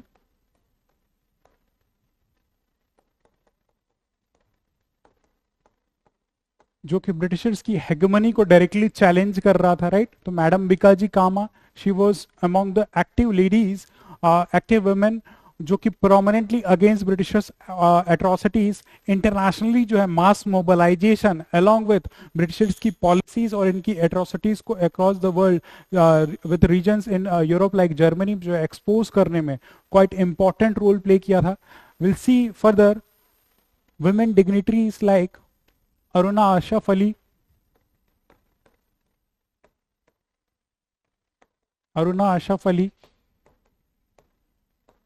she played an important role during Quit India movement, right? Quit India movement, जो Gowalia tank in Maharashtra है जहां से बिगिन हुआ था, वहां पे जो है इन्होंने एक इंपॉर्टेंट रोल प्ले किया था, इंपॉर्टेंट रोल प्ले किया था regarding mass mobilisation to ensure quit India movement is a success. Substantially quit India movement के टाइम पीरियड पे जो important political dignitaries like Mahatma Gandhi, Jawaharlal Nehru, Motilal Nehru, इन सबको जो अरेस्ट कर लिया गया था, राइट, अरेस्ट कर लिया गया था। ब्रिटिशर्स एट्रोसिटीज कर रहे थे। तो important women leader like Usha Mehta जी ने जो क्विट इंडिया मूवमेंट को के टाइम पीरियड पे अंडरग्राउंड होते हुए through the use of radio services जो है, अंडरग्राउंड रेडियो चैनल चला के जो क्विट इंडिया मूवमेंट को जो है प्रोमिनेंटली फ्लरिश किया था, ताकि ये मूवमेंट जो है स्ट्रेंथन रह सके irrespective of the prominent leaders being arrested. तो ऐसे लीडर्स, ऐसे विमेन डिग्नेटरीज जो है, mass mobilisation along with political consciousness, along with जो लीडरशिप का वैक्यूम था उसको फिल करते हुए एक एक्टिव रोल इन जो है विमेन लेडीज ने जो प्रोमिनेंट जो प्ले किया था, राइट। तो ये जो है हम जो गांधीयन फेज में ऐसे कुछ इंपॉर्टेंट विमेन डिग्नेटरीज का नाम दे सकते हैं। सब्सटैंशियली मिलिटेंट नेशनलिज्म की अगर हम बात करें, मिलिटेंट नेशनलिज्म की बात करें, मिलिटेंट नेशनलिज्म के पर्सपेक्टिव से important role that was being played by women, just for example as we discuss कि इन बंगाल में कल्पना Dutt in Bengal, she played an important role in ensuring propagation of militant nationalism in Bengal more prominently against the Britishers. Substantially अभी हमने discuss किया कि INA में लक्ष्मी सहगल जी ने जो है she was heading the Rani Lakshmibai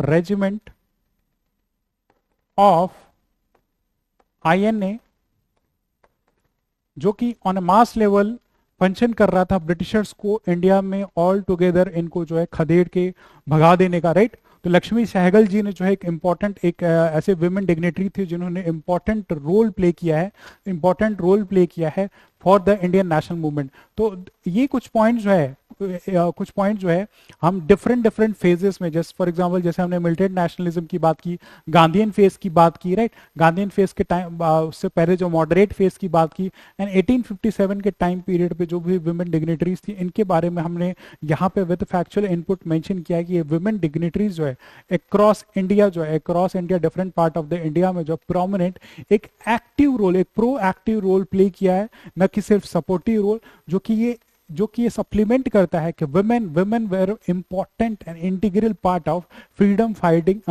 movement in India, right? Thus in the end part we can conclude over here, हम यहाँ इस क्वेश्चन के मॉडल आंसर को कंक्लूड कर सकते हैं कि these women have played proactive role in different circumstances with differing tools like politics, militancy, organized mobilization, and filling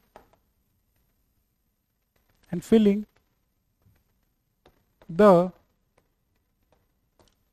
leadership vacuum in needed circumstances, thus playing a vital role in India.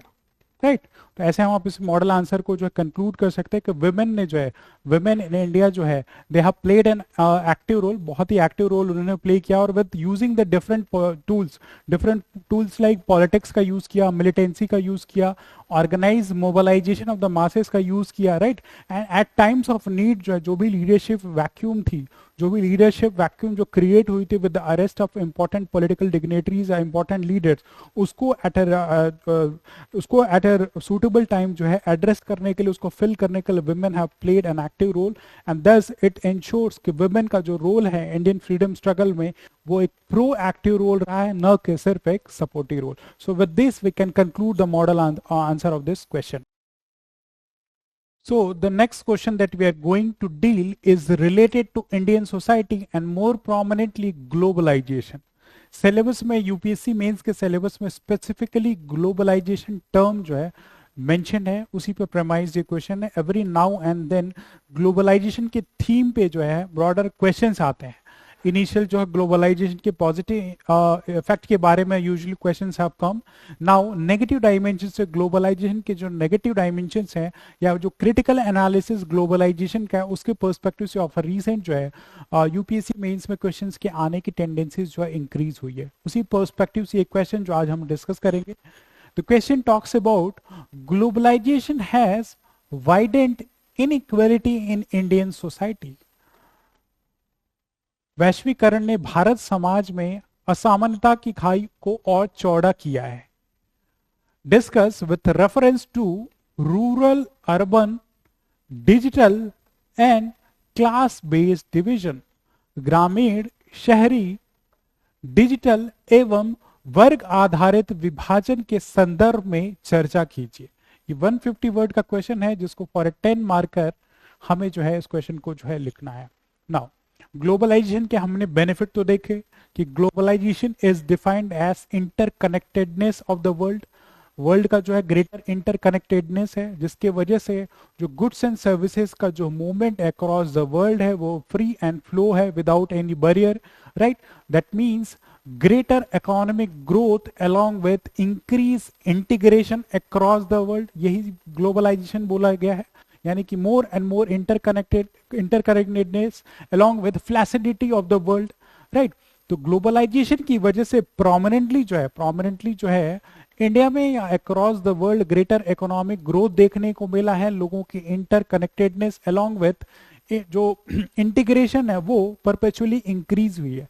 लेकिन इसका एक negative dimension हम देखेंगे कि globalisation ने prominently इन Indian society inequality को भी जन्म दिया है।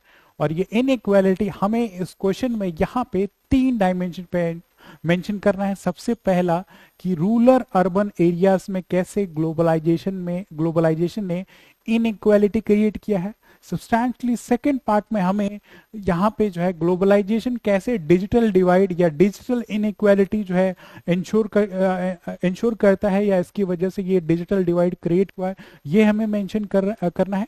थर्ड पार्ट में जो है हमें अपने इस क्वेश्चन के मॉडल आंसर में कैसे ग्लोबलाइजेशन की वजह से ऑल जो बेनिफिट है कि कास्ट सिस्टम जैसा जो नेगेटिव थिंग है वो इंडियन सोसाइटी में जो है डिसमेंटल हुआ है, लेकिन अब जो है क्लास बेस्ड डिस्टिंक्शन या क्लास बेस्ड डिवीजन या क्लास बेस्ड इनइक्वालिटी इंक्रीज हुई। ये 3 डायमेंशन पे हमें इस क्वेश्चन के मॉडल आंसर को यहाँ पे रिप्रेजेंट कर रहा है।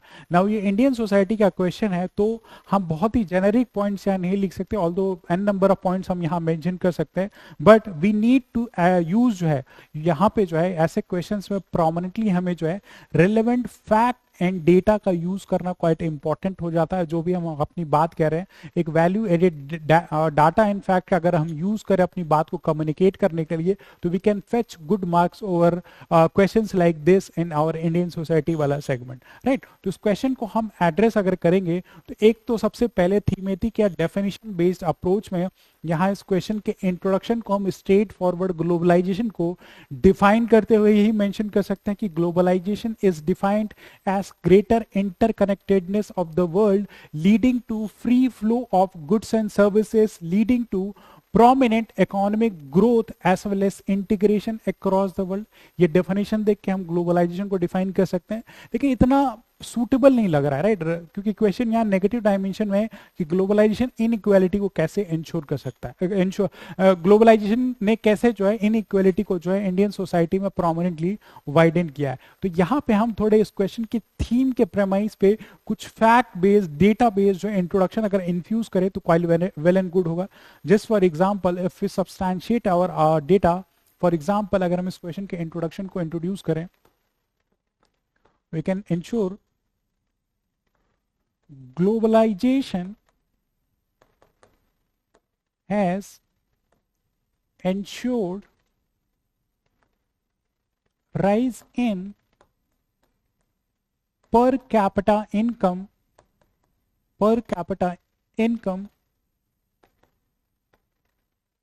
of India from around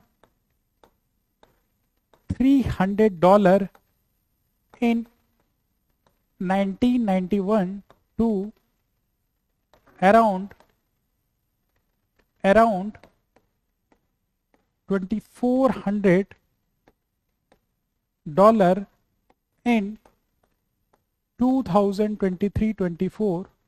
However, despite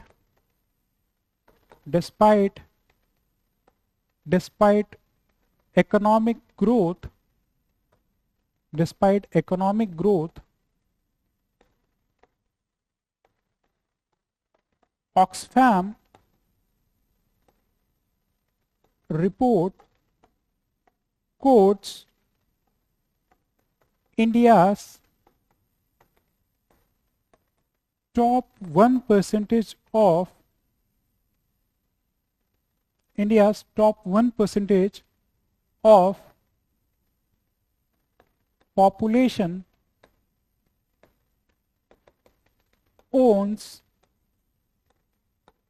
40% of wealth, thus displaying huge inequality in India, right. तो क्वेश्चन हमें ब्रॉडली जो है यहाँ पे क्वेश्चन जो है प्रोमिनेंटली हमसे जो है ग्लोबलाइजेशन की वजह से जो इनइक्वालिटी है इंडियन सोसाइटी में प्रोमिनेंटली वो इंक्रीज हुई है, स्टेटमेंट ये है। तो हमने इस क्वेश्चन के स्टेटमेंट को ब्रॉडली फैक्ट बेस्ड इंट्रोडक्शन के प्रेमाइस पे पहले पार्ट ऑफ द स्टेटमेंट हमने ग्लोबलाइजेशन के बेनिफिट को मेंशन किया है कि 1991 में ग्लोबलाइजेशन की वजह से जो पर कैपिटा इनकम है वो इंक्रीज हुई है फ्रॉम $300 के आसपास जो अराउंड 1991, एग्जैक्ट फिगर रिटेन रखना मुश्किल होता है, तो 1991 के अराउंड जो है जो पर कैपिटा इनकम इंडिया की थी अराउंड $300 थी, जो कि इन द ईयर 2023 तक अराउंड 8 टाइम्स इंक्रीज होकर अराउंड $24 जो है $2400 इंक्रीज हो चुकी है। दैट मींस कि अराउंड 8 टाइम्स जो है पर कैपिटा इनकम जो है ग्लोबलाइजेशन की वजह से जो इकोनॉमिक ग्रोथ हुआ है उसकी वजह से पर कैपिटा इनकम जो है सिग्निफिकेंटली इंक्रीज हुई है। लेकिन इसका नेगेटिव साइड भी है। नेगेटिव साइड क्या है? इनइक्वालिटी। इनइक्वालिटी कैसे? As per the Oxfam report, Oxfam की एक रिपोर्ट के हिसाब से जो इंडिया की टॉप 1% ऑफ द जो पॉपुलेशन है वो इंडिया का अराउंड 40% ऑफ द वेल्थ जो है वो होल्ड करती है, राइट, होल्ड करती है। दैट मींस कि ये डेटा जो हमें सिग्निफिकेंटली ये डिस्प्ले करता है कि ग्लोबलाइजेशन की वजह से इकोनॉमिक ग्रोथ तो हुई है लेकिन साथ ही साथ there is an increase in inequality regarding the wealth एसेस इन इंडिया। तो ये फैक्ट के प्रेमाइस पे यहाँ पे जो है हम अपने इंट्रोडक्शन को with the use of suitable fact along with the reports का यूज करके हम प्रोमिनेंटली अपने इस क्वेश्चन के इंट्रोडक्शन को जो है डिस्प्ले कर सकते हैं, राइट, डिस्प्ले कर सकते हैं। एज डिस्कस की इंडियन सोसाइटी में जो है ग्लोबलाइजेशन ने प्रोमिनेंटली इनइक्वालिटी को जो है वाइडन किया है, राइट। नाउ अब हमसे जो सेकंड जो क्वेश्चन बोल रहा है कि इन 3 डायमेंशन पे हमें जो अपने क्वेश्चन के मॉडल आंसर को एड्रेस करना है। सबसे पहला तो रूरल अर्बन डिवाइड जो है ग्लोबलाइजेशन की वजह से कैसे वाइडन अप हुआ, दूसरा डिजिटल डायमेंशन है, तीसरा जो क्लास बेस्ड डिवीजन। तो क्योंकि इंट्रोडक्शन में हमने 30-40 वर्ड यूज किया, तो इन 3 पॉइंट्स पे पर पॉइंट पे हम 20 to 30 वर्ड्स पे 2-2 3-3 पॉइंट हर एक सेगमेंट में हम यहाँ मेंशन करके अपने इस क्वेश्चन के मॉडल आंसर को जो है मेंशन एड्रेस करेंगे। दस हम स्ट्रेट फॉरवर्ड आएंगे अपने इंट्रोडक्शन के बाद स्ट्रेट फॉरवर्ड हम जो है मेंशन करेंगे with suitable heading, role of globalisation in widening inequality in Indian society। Question demands यही है हमें प्रोमिनेंटली, और जो डायमेंशन यहाँ पे चूज किया गया है वो है रूरल अर्बन एरियाज में। रूरल अर्बन एरियाज में प्रोमिनेंटली जो है ग्लोबलाइजेशन की वजह से कैसे इनइक्वालिटी क्रिएट हुई है, ये हमें जो है यहाँ पे मेंशन करना है कि रूरल और अर्बन एरियाज में कैसे जो है यहाँ पे डिवीजन क्रिएट हुआ है। तो सबसे पहला जो डिवीजन क्रिएट हुआ है वो है economic disparity. Economic disparity, just for example जो अर्बन एरियाज हैं as per the census 2011 around 20 to 25% of the Indian citizens जो है इंडिया के जो इंडिविजुअल्स हैं वो अर्बन एरियाज में रहते हैं। वहीं अराउंड जो है 78 to 79% of the people of India resides in villages, right. Villages गांव में रहते हैं। लेकिन irrespective of the minimum population, जो अर्बन एरियाज का जो इकोनॉमिक कंट्रीब्यूशन है अर्बन एरियाज में around 60% of the GDP, 60% of the GDP of India जो है अर्बन एरियाज के थ्रू जो है कंट्रीब्यूट करती है with a population of around 22 to 25% of the population जो कि इंडिया की अर्बन एरियाज में रहती है, वो significantly 60% of the Indian GDP, India के जीडीपी को जो है कंट्रीब्यूट करती है। एंड सब्सटैंशली जो रूरल इंडिया है, rural India with around 78 or for that matter 75% of population of India contributes just 35% of GDP। यानी कि जो इकोनॉमिक डिस्पैरिटी या इकोनॉमिक कंट्रीब्यूशन जो रूरल और अर्बन एरियाज में है वो हमें यहाँ पे देखने को मिलता है कि क्वाइट ह्यूज है। और ये डेटा जो है प्रोमिनेंटली नीति आयोग ये डेटा को जो है प्रोमिनेंटली सब्सटैंशिएट करता है। इन द ईयर 2020-23 में नीति आयोग ने ये डेटा सब्सटैंशिएट किया था कि कैसे ग्लोबलाइजेशन की वजह से जो अर्बन एरियाज फ्लरिश कर रहे हैं, वहीं पे रूरल एरियाज के बीच में जो गैप क्रिएट हो, जो इकोनॉमिक डिस्पैरिटी क्रिएट हो रही है, वो क्वाइट ह्यूज है। एंड अगर हम पॉवर्टी की बात करें तो compare to the rural areas, poverty in rural areas जो है अराउंड 25% है। वहीं पे अर्बन एरियाज में जो पॉवर्टी है वो अराउंड 13 to 15% है। यानी कि देयर से greater prevalence of poverty in rural areas, जो कि ब्रॉडर जो है इकोनॉमिक डिस्पैरिटी को डिस्प्ले करता है। And it is a broader resultant of subset हम बोल सकते हैं कि ग्लोबलाइजेशन की वजह से क्रिएट हुआ है, सब्सटैंशियली रूरल अर्बन डिवाइड में कुछ और पर्सपेक्टिव अगर हम देखेंगे कि क्या इनइक्वालिटी क्रिएट हो रही है, तो वी कैन राइट कि infrastructure deficit भी, we can witness infrastructure gap prominently देखने को मिलता है. Just for example rural areas as well as urban areas में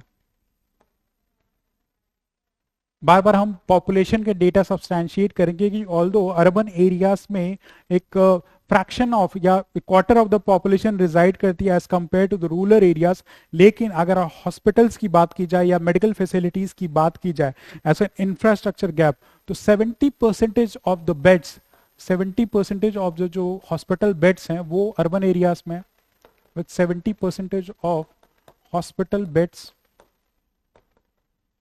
However, only around 22% or 25% of the population of urban areas जो है, population of India जो है, reside in urban areas.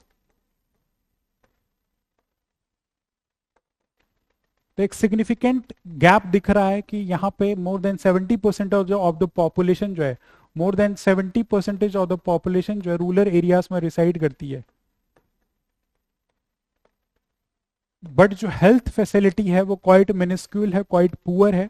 जो बेड्स की अवेलेबिलिटी है या फिर जो डॉक्टर्स हैं, डॉक्टर्स की अगर बात करें तो in the rural areas there are 13 doctors per 1 lakh of the population, right, 1 lakh of the population.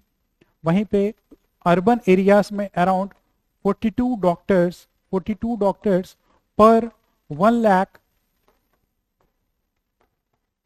Of the population देखने को मिलता है. यानी कि there is a huge infrastructural gap in the form of medical facilities available. Medical facilities जो available है उसमें जो है ह्यूज गैप देखने को मिलता है. वहीं पे सेक्टोरल कंट्रीब्यूशन की बात करी जाए, अगर सेक्टोरल कंट्रीब्यूशन की बात की जाए, right, agriculture rural as well as urban areas में अगर सेक्टोरल कंट्रीब्यूशन की बात की जाए, सेक्टोरल कंट्रीब्यूशन, तो रूरल एरियाज में वी विटनेस कि जो एग्रीकल्चर सेक्टर है, एग्रीकल्चर सेक्टर जो है ये मास एम्प्लॉयर है, राइट, मास एम्प्लॉयर है. अराउंड 50% ऑफ द जो पॉपुलेशन है, 50% ऑफ पॉपुलेशन जो है एग्रीकल्चर पे डिपेंडेंट है. 50% of the population dependent on agriculture. लेकिन ये जो है जो जीडीपी में कंट्रीब्यूशन एग्रीकल्चर का है वो just around 18% of the GDP है. यानी कि इतना मासेस ऑफ द पॉपुलेशन को एम्प्लॉय कर रहा है, लेकिन एग्रीकल्चर सेक्टर अभी भी इतना इकोनॉमिक रेम्युनरेटिव नहीं है, जो कि एक फर्दर गैप को जो है क्रिएट कर रहा है. वहीं पे अगर हम अर्बन एरियाज में देखें तो सेक्टोरल एरियाज में, just for example IT sector या सर्विसेज सेक्टर में ब्रॉडर होटल एंड टूरिज्म जो है लार्जर लेवल पे जो है, लार्जर मिलियंस ऑफ पॉपुलेशन को एम्प्लॉय करती हैं. एंड इनका जो कंट्रीब्यूशन जो जीडीपी में है वो अराउंड 52% है, राइट, 52% है, राइट. तो ये कहीं ना कहीं जो सेक्टोरल डिस्ट्रीब्यूशन है वो कहीं ना कहीं एक गैप को डिफाइन करता है कि ग्लोबलाइजेशन की वजह से जो अर्बन एरियाज जो हैं प्रोमिनेंटली फ्लरिश किए हैं, वहीं रूरल एरियाज जो कहीं ना कहीं इस रेस में लगाड या पीछे हुए हैं. और इसका जो नुकसान है, जो गैप है, वो डेटा, ये जो डेटा हमने यहाँ पे मेंशन किया वो प्रोमिनेंटली जो है इस चीज़ को सब्सटैंशिएट करते हैं कि कैसे रूरल एरियाज में जो है inequality day by day in economic disparities along with the infrastructural gaps as well as sectoral contribution of the economy prominently जो है इंक्रीज हुआ, राइट. तो ये 3-4 पॉइंट जो first part of the segment का क्वेश्चन है, जो रूरल अर्बन डिवाइड जो है, इसको हम यहाँ पे मेंशन कर सकते हैं. Now will come to the next part हमसे बोल रहा है कि हमें डिजिटल डिवाइड के बारे में मेंशन करना है कि डिजिटल इनइक्वालिटी जो है कैसे जो है क्रिएट हुई है, ऑल बिकॉज ऑफ ग्लोबलाइजेशन. तो अगर ग्लोबलाइजेशन की वजह से इंटरकनेक्टेड या टेक्नोलॉजी का इंफ्यूजन इंडियन सोसाइटी में हुआ है, लेकिन इसके एसेस में जो डिफरेंसेस है, लाइक जस्ट फॉर एग्जांपल जो है, अगर हम यहाँ पे सेकंड पार्ट ऑफ द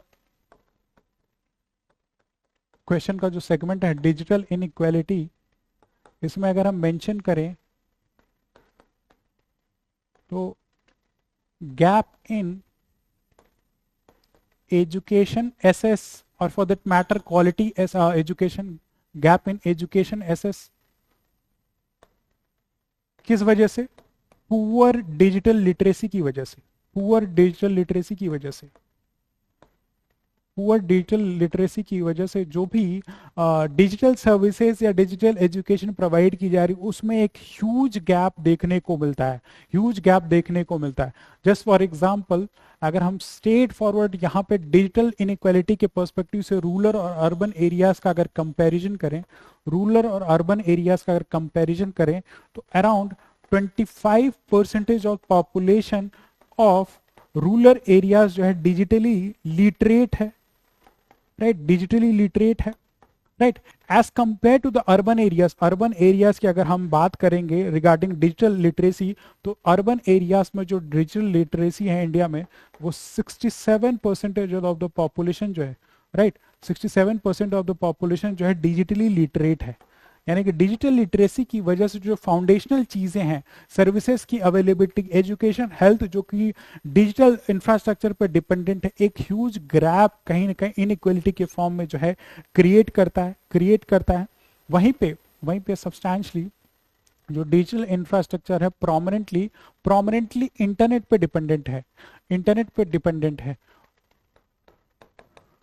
तो जो गैप क्रिएट होता है वो पुअर इंटरनेट पेनेट्रेशन, और इसमें भी हमें रूरल अर्बन डिवाइड देखने को मिलेगा, right, rural areas as well as urban areas में जो है पुअर इंटरनेट पेनेट्रेशन देखने को मिलता है। जस्ट फॉर एग्जांपल, अगर रूरल एरियाज में इंटरनेट पेनेट्रेशन का अगर हम देखें, राइट, इंटरनेट यूज को देखें तो वुमेन जो है प्रोमिनेंटली 33% ऑफ वुमेन जो है 33% ऑफ वुमेन जो है प्रोमिनेंटली जो है, ऐसे जेंडर देखेंगे 33% ऑफ वुमेन जो है प्रोमिनेंटली इंटरनेट का यूज करती हैं। वहीं मेन की अगर हम बात करें तो it's greater than 50% of man जिनको इंटरनेट का एक्सेस या कनेक्शन अवेलेबल है। तो ये भी एक जेंडर बेस्ड डिवाइड जो है यहाँ पे क्रिएट कर रहा है, राइट, जेंडर बेस्ड डिवाइड,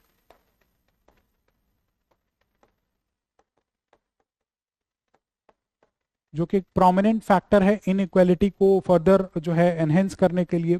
वहीं रूरल एरियाज में अगर मोबाइल ओनरशिप की बात की जाए, मोबाइल ओनरशिप, राइट,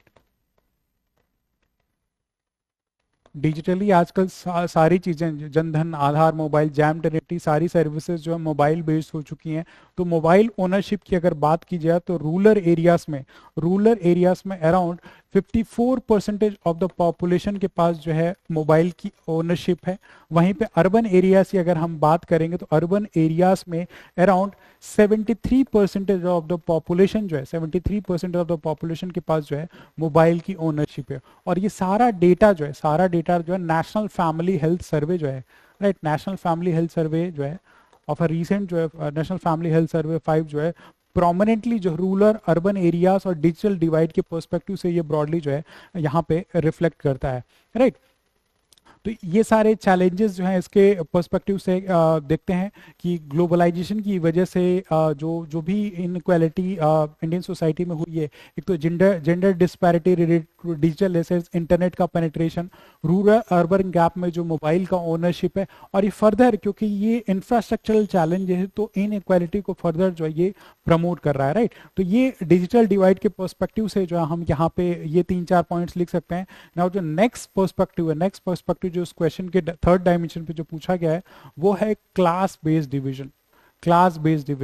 तो अब जो है हम next part of the question में यहाँ पे 3-4 पॉइंट्स जो है क्लास बेस्ड डिविजन कैसे जो ग्लोबलाइजेशन प्रमोट करता है, class based divisions.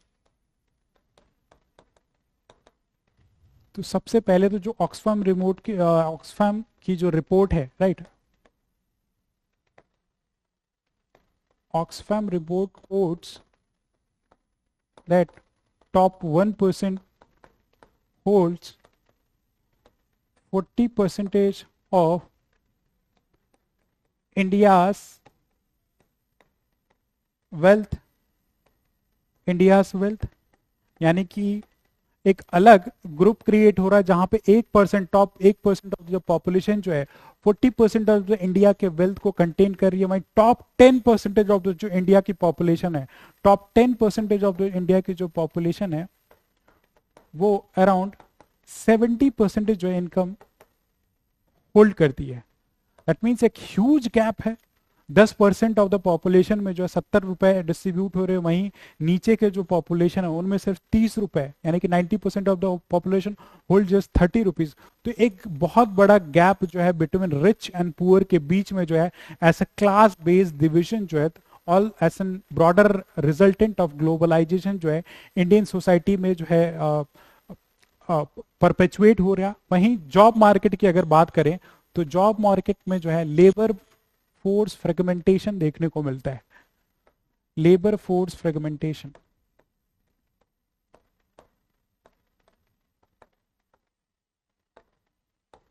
Between white collar jobs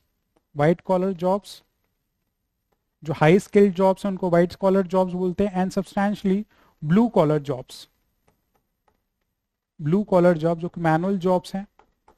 और ये ब्लू कॉलर जॉब्स जो हैं क्वाइट अनस्टेबल हैं, low economic return, right, low economic return. वहीं पे व्हाइट कॉलर जॉब्स जो हैं, जैसे for example IT sector, medicine, right, stable हुआ, ग्रेटर इकोनॉमिक रिटर्न। तो इस जॉब फ्रेगमेंटेशन की वजह से जो ऐसे रिजल्टेंट ऑफ ग्लोबलाइजेशन ही है, राइट, ग्लोबलाइजेशन की वजह से ही ऐसे more and more white collar jobs और जो मिनिस्कुल जॉब्स हैं वो ब्लू कॉलर वर्कर्स करते हैं। तो एक क्लास बेस्ड डिस्टिंक्शन जो है ब्रॉडली जो है ऑल बिकॉज ऑफ ग्लोबलाइजेशन जो क्रिएट हुआ है। वहीं पे कंजम्पशन पैटर्न भी विल सी कि differences in the consumption pattern in this class based differences in consumption pattern। India की रैंकिंग जो है ग्लोबल हंगर इंडेक्स में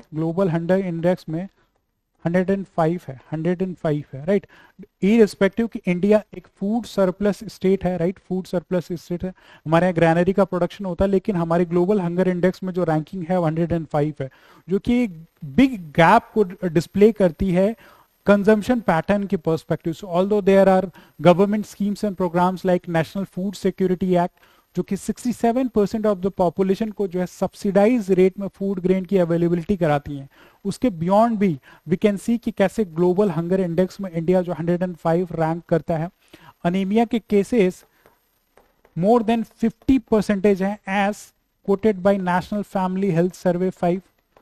तो ये गैप भी कहीं ना कहीं एक डिफरेंस क्रिएट करता है कि अगर 52% ऑफ द पॉपुलेशन वुमेन की जो पॉपुलेशन अगर अनीमिया जैसे डिजीज से सफर करती है, तो एक huge cause of concern stunting और वेस्टिंग जैसा issue. Stunting around 37% of the child जो है स्टंटिंग से सफर करते हैं। तो एक कंजम्पशन पैटर्न में जो है डिफरेंसेस वो कहीं ना कहीं शो करता है because of poor intake of nutritious diets, जैसे for example protein diet sufficient नहीं है, जो न्यूट्रिशन की रिक्वायरमेंट बच्चों को नहीं मिल रही है। तो ये सारे जो गैप्स क्रिएट हो रहे हैं ऑल बिकॉज ऑफ रिजल्टेंट, एक ब्रॉडर रिजल्टेंट ऑफ ग्लोबलाइजेशन जो है हमें जो है देखने को मिलता है। तो दीज आर द पॉइंट जो कि हम ये इन तीनों डायमेंशन पे यहाँ पे जो ग्लोबलाइजेशन कैसे इंडियन सोसाइटी में इनइक्वालिटी को वो परपेचुएट कर रहा है, ये सारे पॉइंट जो है हम वन बाय वन थ्रू एक एक डायमेंशन से यहाँ मेंशन कर सकते हैं।